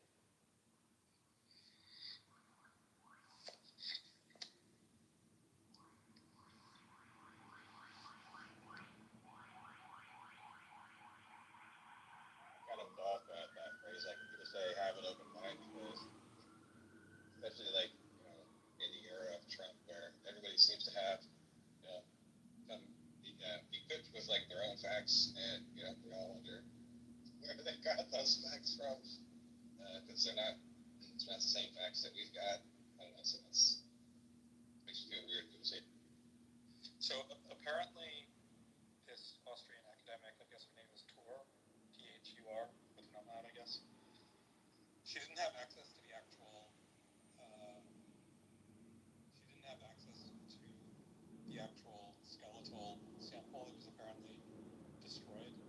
rather she was going based on notes and measurements from like 1920, which was probably people were modern forensic science hadn't been invented and people were less careful now. But I just don't think that there's consensus that this, even if we knew that the 100-plus-year-old notes of certain measurements that this academic is drawing from were actually accurate, I don't think there's consensus that this is a good, reliable way of determining ancestry. Yeah, you have to collect a whole bunch of data. We also have medieval depictions. Funny enough, actually, the medieval depictions of Cleopatra, how people in medieval times thought she looked like. And she's depicted jet black. I mean, obviously, that's not it's very little. It's lower down on the scale of evidence. But obviously, all these things add up. So we need to see what else was there. But if she didn't have any Egyptian ancestry, then I doubt that she would be black. I think that's the major thing. Was she partly Egyptian, or was she partly on her mother's side or something like that? That would be the only way to really substantiate the claim. Either way, I'm neutral on it. There's history than what race to cast. Say that again, Zed, I can't hear you. It feels like there are more pressing questions in history than what race should we cast Cleopatra in. Well, Cleopatra, sure, but when it pertains to race and history, I think it's a very, very important subject. Because, I'm sure many of you already know this. For the longest time, it has been presented to us that certain groups of people have been a footnote on human history, that they've made no contributions, that they were not involved in any of the ancient or the major empires that developed what we today call civilization, that contributed to the like there's just been all these lies about civilization. I mean, especially if you go back to 50, 60 years ago, Egypt was considered a white European civilization, and we just forget like things are constantly evolving. It's incredible, man. There's more pyramids in Sudan than there are in Egypt. Most people didn't even know that until like recent times, but they're there. How do you explain these things? So it's important to understand who did what in ancient history, because a lot of reconstructing, or what they call revisionism, needs to be done, because people have been lying. Or let me be honest with you, frankly, the Europeans have been lying. That's not true. It's mostly Afrocentrists who are lying and extremely archaeologically and ethically incompetent. For example, enlisting medieval depictions of Cleopatra, that's not going to tell us anything about how she looked. And I don't even think what you're saying about that it was consistent, that they consistently portrayed her as black. I haven't looked into it, but I doubt that's true. Like maybe some of them did, but I doubt that would be a fully consistent thing. But again, you can look at like contemporary coinage from her era. It's not, it wasn't really colored or anything since it was a coin, but the features aren't obviously what we would identify as black. But again, we have pretty good records of her essentially entire family line, since there was, a lot of incest and brother-sister marriages among the Ptolemies. There's a few. There's always a possibility that, there were non-paternity events. So, one of her female ancestors cheated with some, African or black or whatever non-member of the family. But it's pure speculation. And really, it's just Afrocentrists who are really motivated to scrounge up whatever really pathetic evidence that they can find, and then try to rewrite history in order to, claim the achievements of ancient peoples or figures for groups that they personally feel a little more identification with.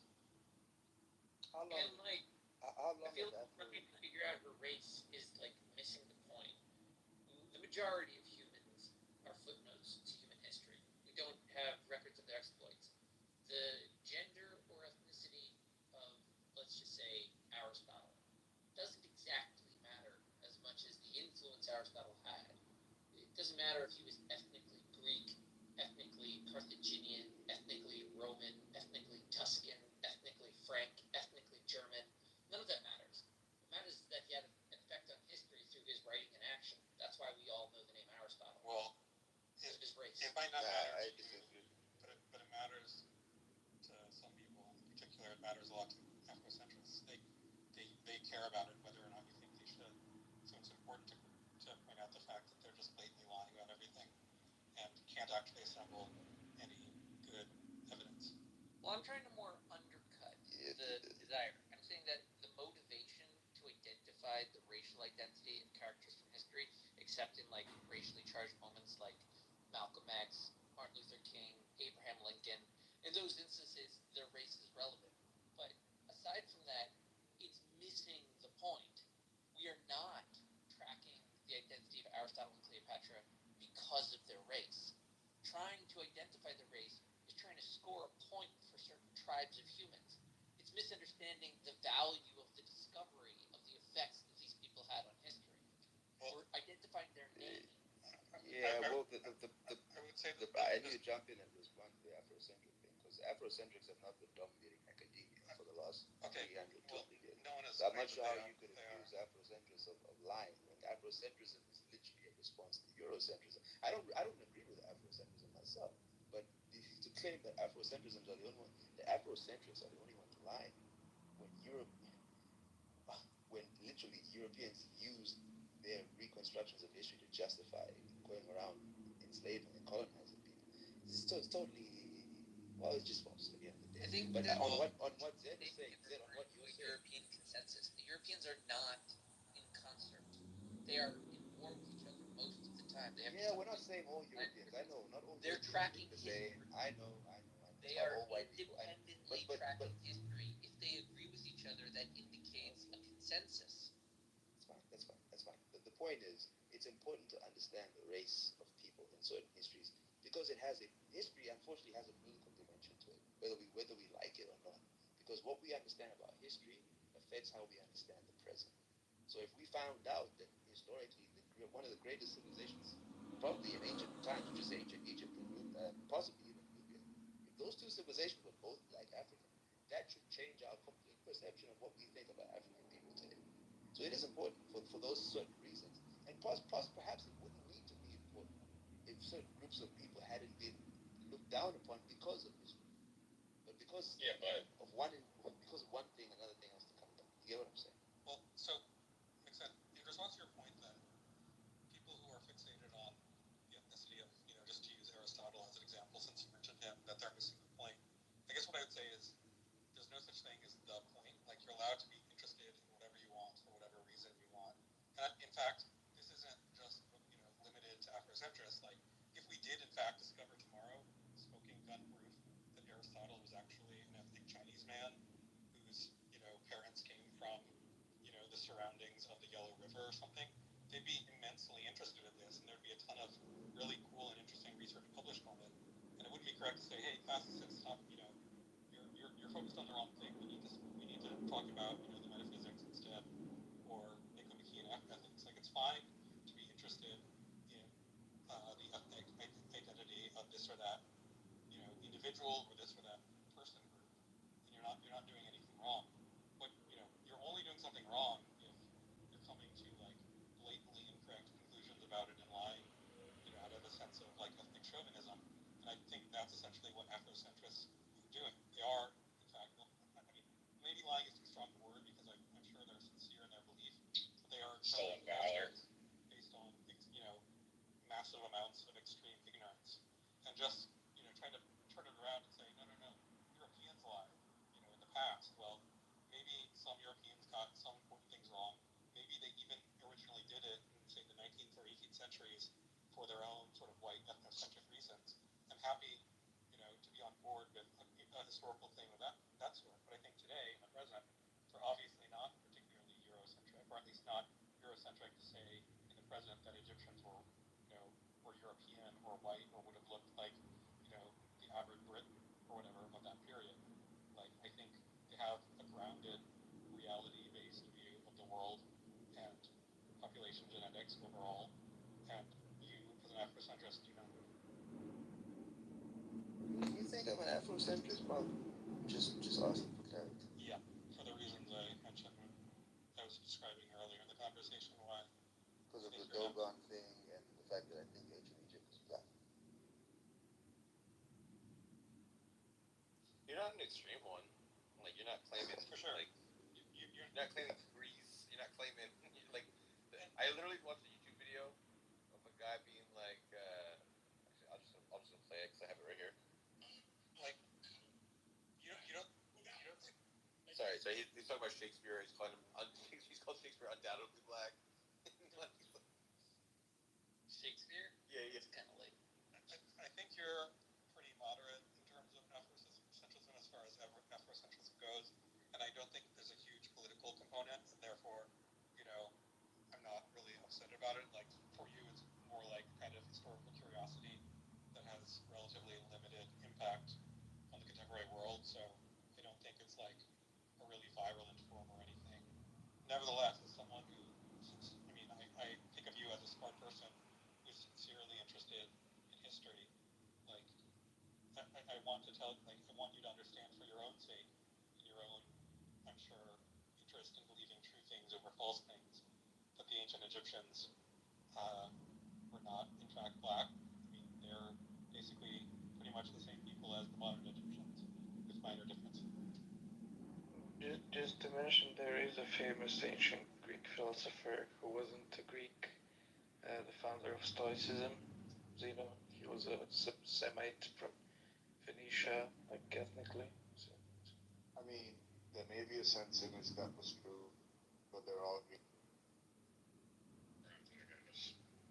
Even the founder of this Greek story about Cadmus. Cadmus was said to be the creator of the Greek language, and he came from North Africa. I think he was from Libya. Yeah. See, my claim about the ethnicity of Aristotle and Cleopatra missing the point. I agree with you that like if we had biographical details of any character from history that placed them in a different ethnic or racial region, that would be relevant in terms of understanding the impact that person had on history. But we could discuss Aristotle's cousin as being pivotal for history, but it would be untrue. The very definition of the effect he has in history is based on the references other people had, the studies that they have. I'm not saying that his conclusions are correct. I want to be clear. We don't necessarily debate Aristotle's philosophy.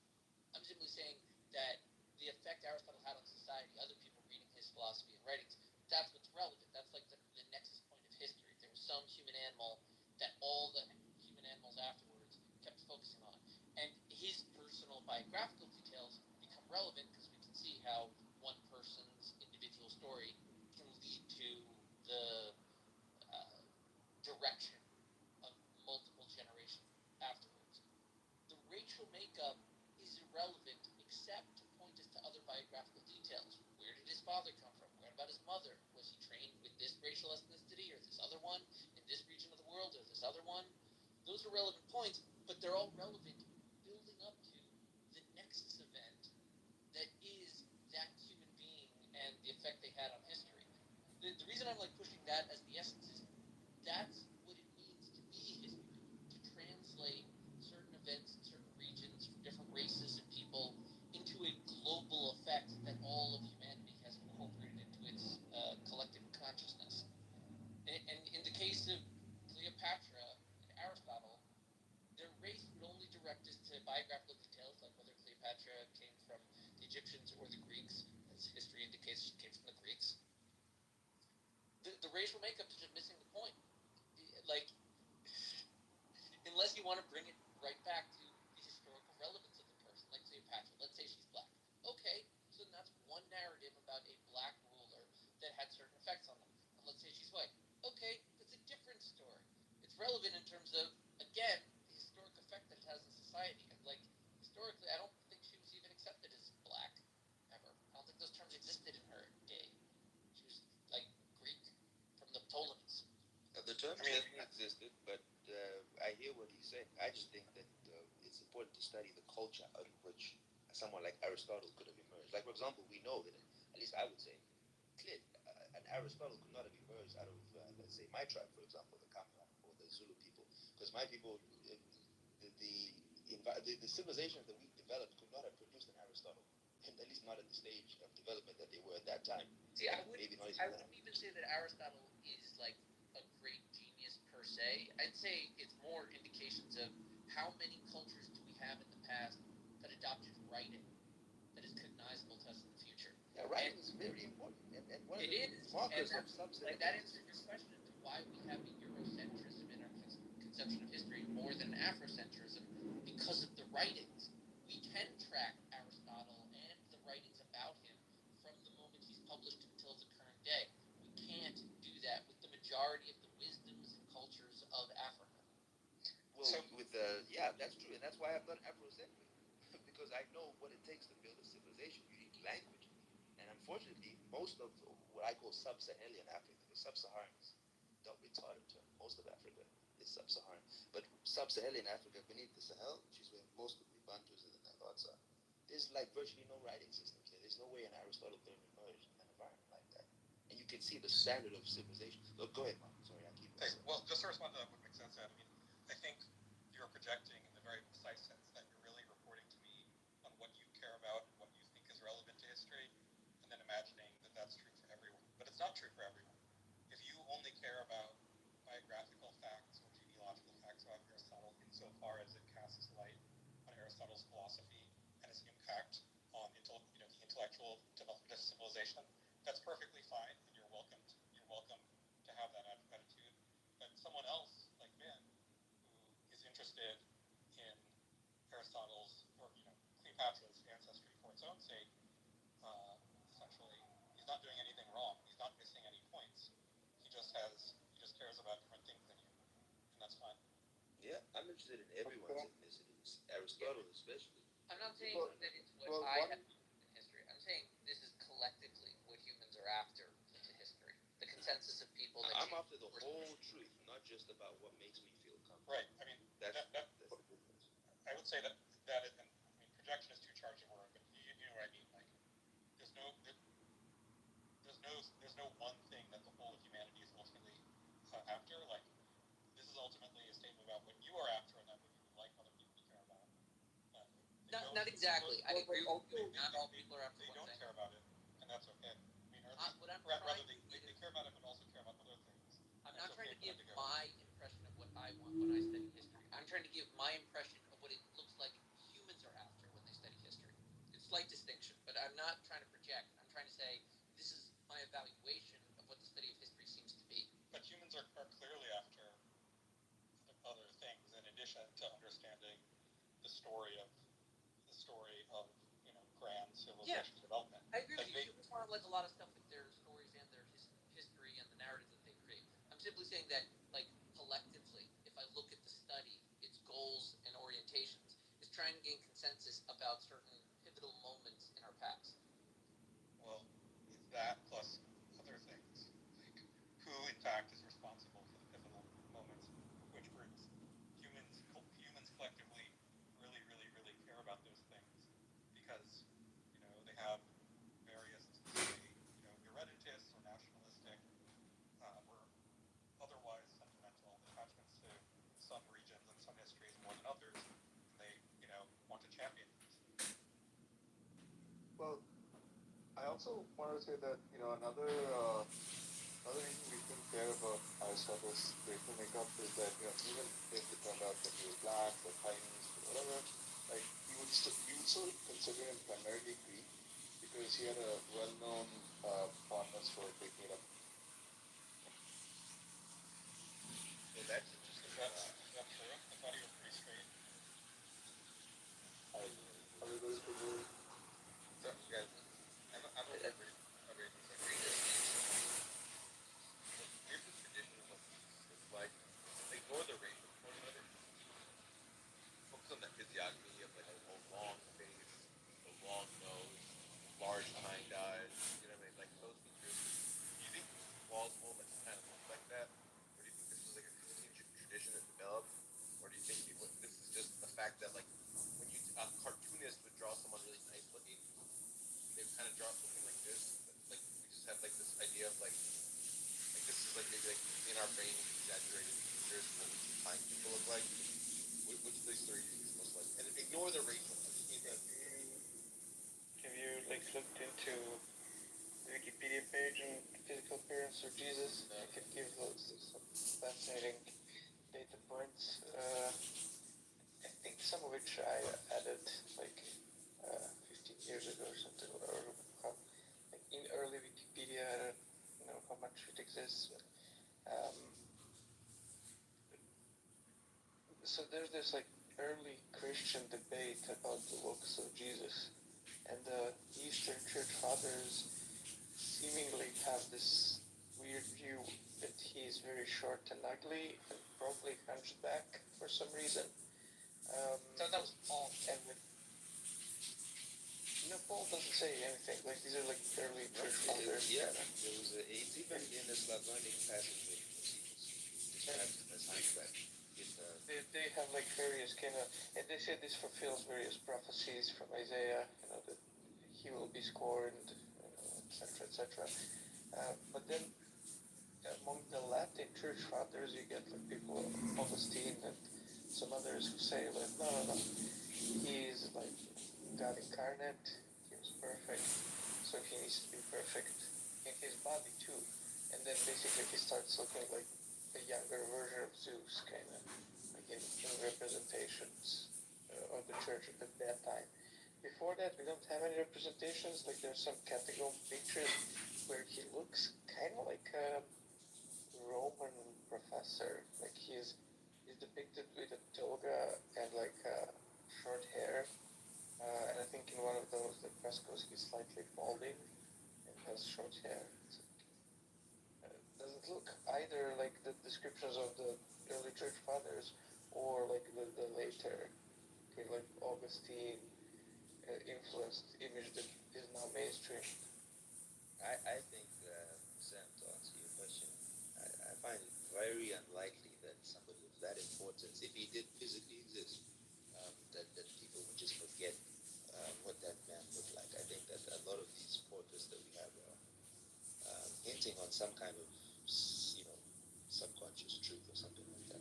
I just find it very difficult that people would just forget what he looked like. And the descriptions even mentioned specifically he had, was the English term, joined eyebrows, like he had a full, like unibrow. It's I don't know, I've never seen any text except for that Slavonic passage of Josephus, that 1500s, I think. It was translated by someone called Isla. And actually that, obviously I know that one because there's a lot of controversy around I'm not going to go into what it says he looked like, but you know how the Russians have been depicting Jesus lately. But either way, I do think the more or less general understanding that humanity has of Jesus is probably accurate. There's just something about where you've got like billions of people focusing on one guy. What are the odds that they're going to completely miss what he looked like? I mean, like maybe there's like some kind of subconscious big memory that we have. According to these early church fathers, I guess. Well, I gave the three models. I gave that you kind of look like that there's just a continued tradition that developed, and then once it has sort of like, once you have an image of Harry Potter, looks like you can't change, like, when we all have an image of Harry Potter, it didn't exist. And then the third is just exaggerated physiognomy. So, like, if you ask someone to draw, like, the platonic ideal of a bully, or the platonic ideal of a wise man, or the platonic ideal of, like, a sexy lover man, they would kind of look different from each other. A cartoonist can draw them in a way that feels psychologically satisfying to us. So, like, it might just be the picture pieces, like, our brain's ideal of, like, what a wise man looks like, kind, masculine, young but not too young. Yeah, what's his name? It's Herodotus. Because now we have to get into, like, what did the Jews look like? What descriptions did he have of the Jews? That would be one of the methodologies that we would need to be able to figure out what Jesus did. They were also What do you think the Jews look like? I think that the Jews are made up of various ethnicities, but more or less look like the groups that you see in Israel today, and also or Palestine, whatever you want to call it, and the groups that you see in the Horn of Africa, specifically Ethiopia, Eritrea. And I also think that the ancient Egyptians probably look like those people as well, people in Eritrea, Ethiopia in particular.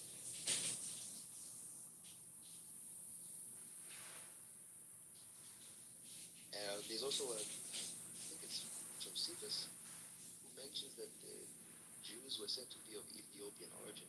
I'm not too sure exactly, but one thing I am certain of is that the group of people who are described as the Hyksos in ancient Egyptian records, those are the people that match the Israelites. And you can clearly see their murals on the walls of Egypt. And they look just like the Middle Easterners today.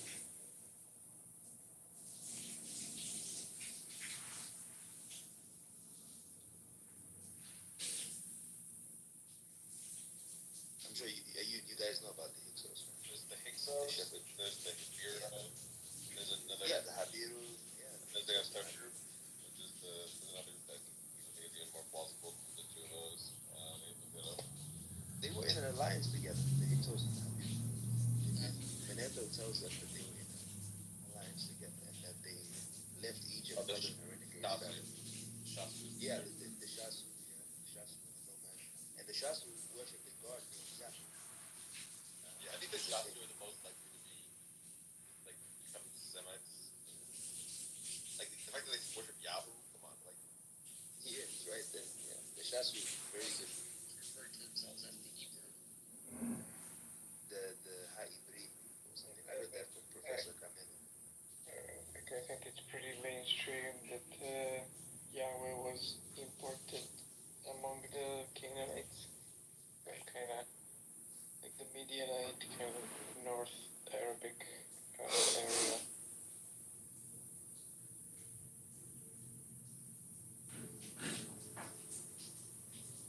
Now you see, an Afrocentric would say the Israelites were, they'd even use the term Negroid to try and, because a lot of Afrocentric thought actually comes from 20th and 19th century sources.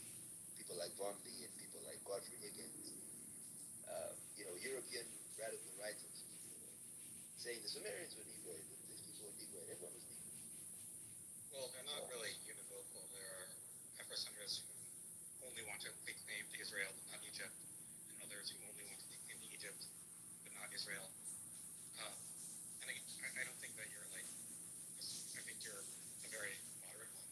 But even you seem to think that, sorry, I'm sort of looking at this, a lot of Israelites were like essentially East African, not all of them, but a lot of them were East African adherents, which seems like obvious Afrocentrism, obvious moderate Afrocentrism.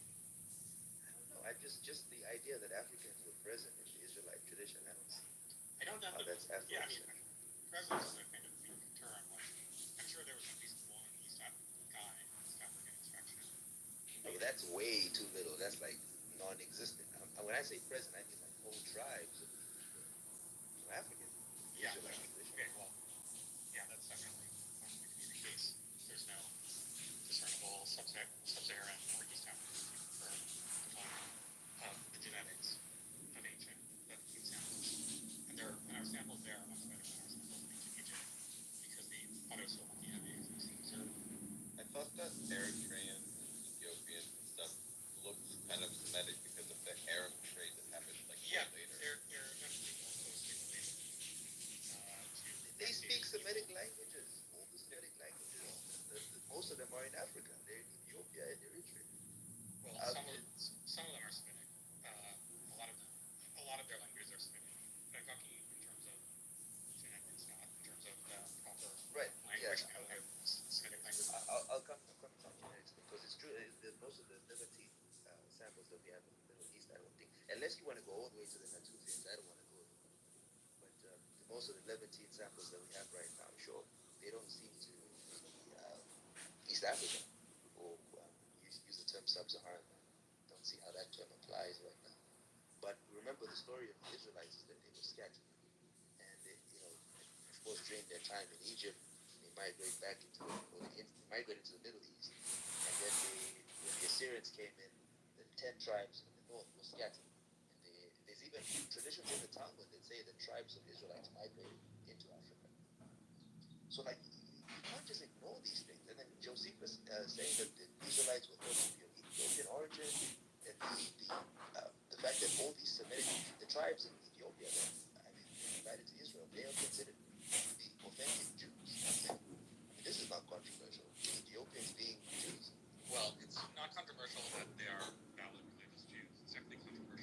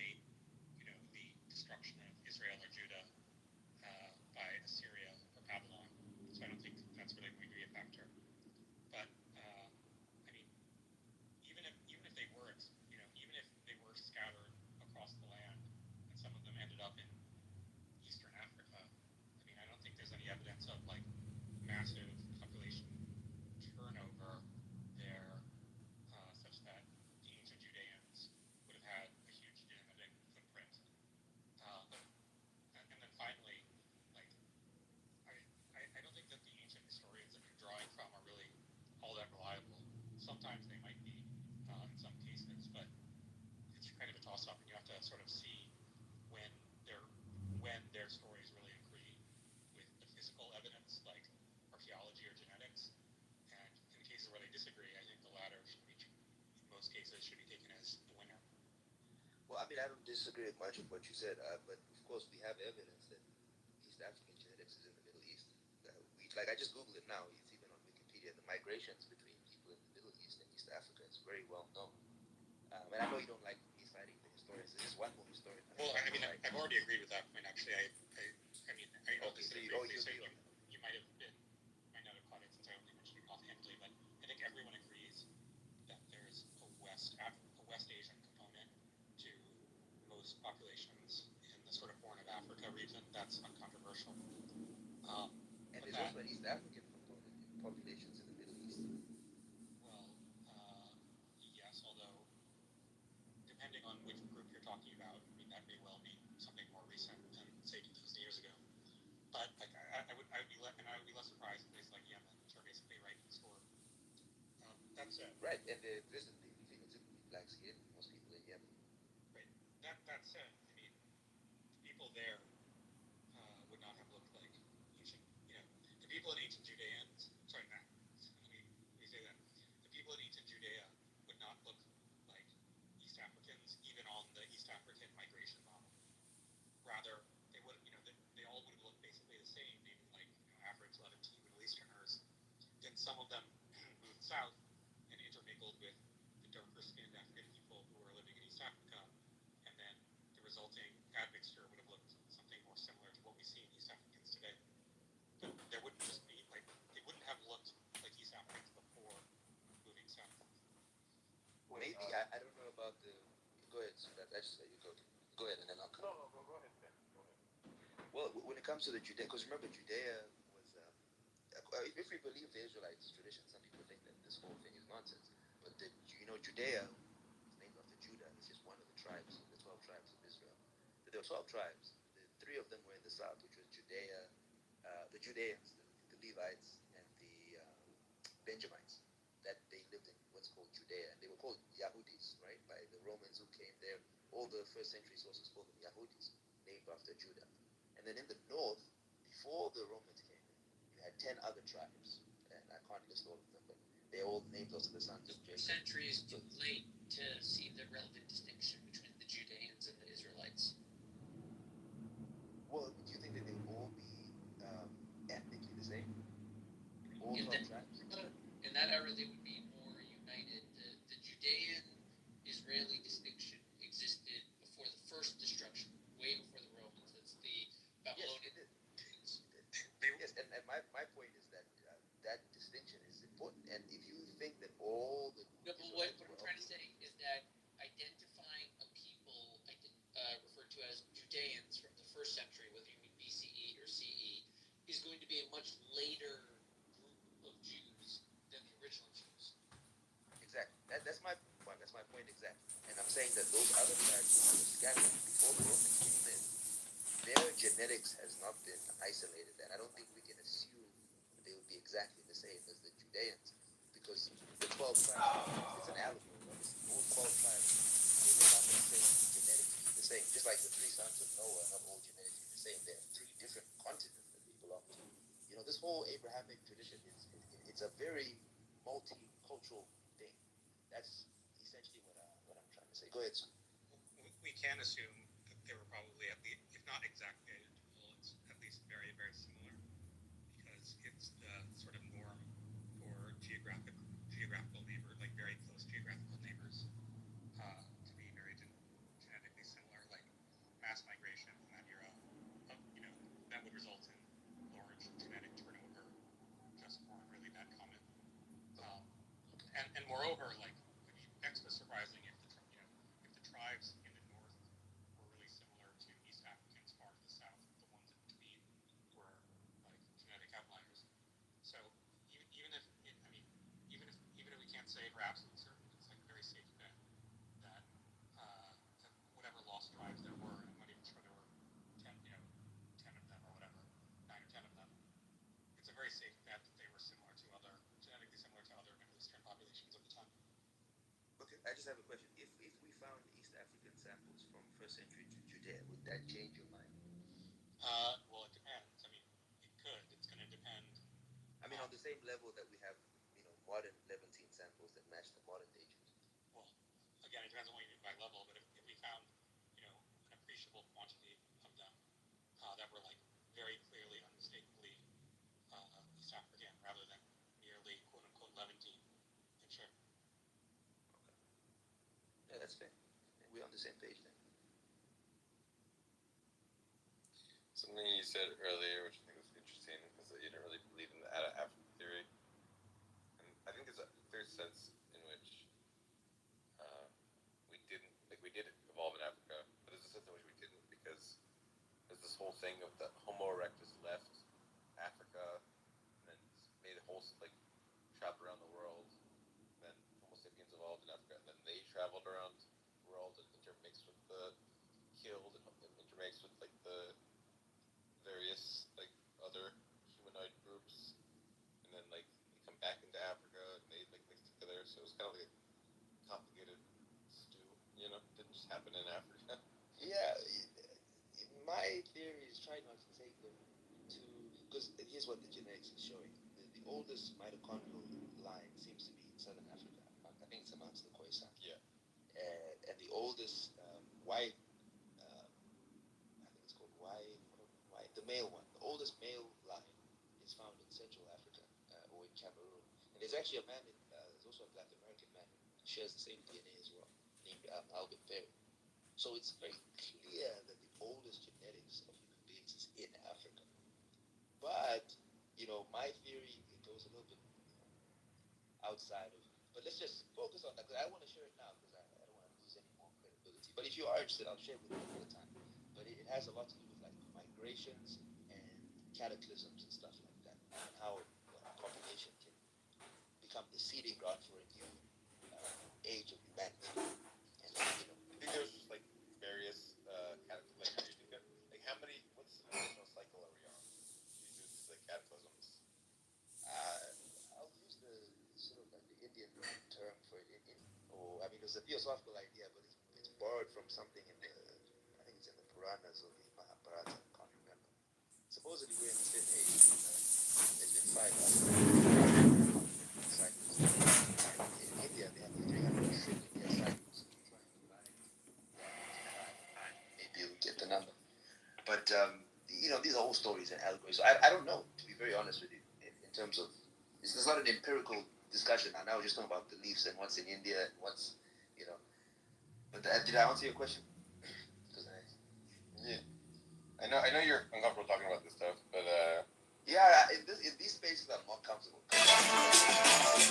Disrespecting me, and then nobody's in these kind of spaces. People won't take me seriously when I start talking about these things. I understand. Well, Vazzy has got some colorful views, and she does. I think that I actually don't know much about them, but I know that what I have read is it's pretty spicy. I think she believes in something Atlantis and stuff like that, and I don't even know. Yep. You're a serial killer because she probably, accepts you for that. So, They go around and build these imaginary facilities. All of it. This is documented information. So I've come to terms that, the further we get away from the time of the Prophet Muhammad, the more a Muslim personally have to rely upon spirituality, because inside of you, you're gonna go through so many turmoil, because the external side of you is also gonna see what is going on in this world, and you have to figure out, how do I navigate this? I see nothing of the Sunnah in today's time. How do I navigate this? And that's where purifying your nafs is so essential. Having some type of zud, abstaining, even if it's just one day you just abstain from the dunya, you put your phone up, something, or you fast, consistently working on your nafs and your ruh, because this world we think is bad now is going to keep getting worse and worse and worse. there's gonna come a time, there's gonna be so-called Muslim leaders gonna say, I don't believe in the Quran. They're gonna stand up and say, I don't believe in the Quran. Yeah, somebody messed this up. Well, I don't believe there was a Prophet Muhammad. It's gonna keep getting worse. So we have to make sure that our inside has a connection with Allah subhanahu wa ta'ala. We hold fast to our prayer. We hold fast to just the Sharia, in a sense of just what Allah called for us to do, for us to establish justice, for us to enjoy what is good, forbid what is evil, for us to protect our families from the hellfire, for us to make sure that we pray, we're fasting. These small little things that we think are small, wallahi al-azim, they're huge, because our society, I'm not saying never, I don't like the word never, but in the near future, would never resemble an Islamic identity. I don't care if you go to the most holy, quote unquote, holy country in the world that is.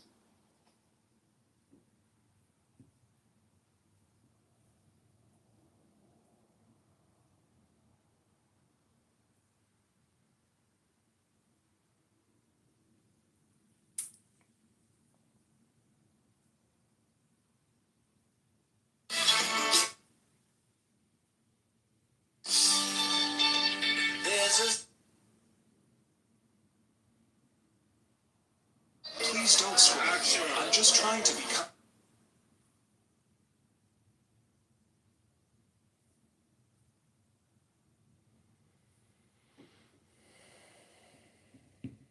Are viral, miles on them, because you will put miles and miles and miles on these jeans. Now, these are the best.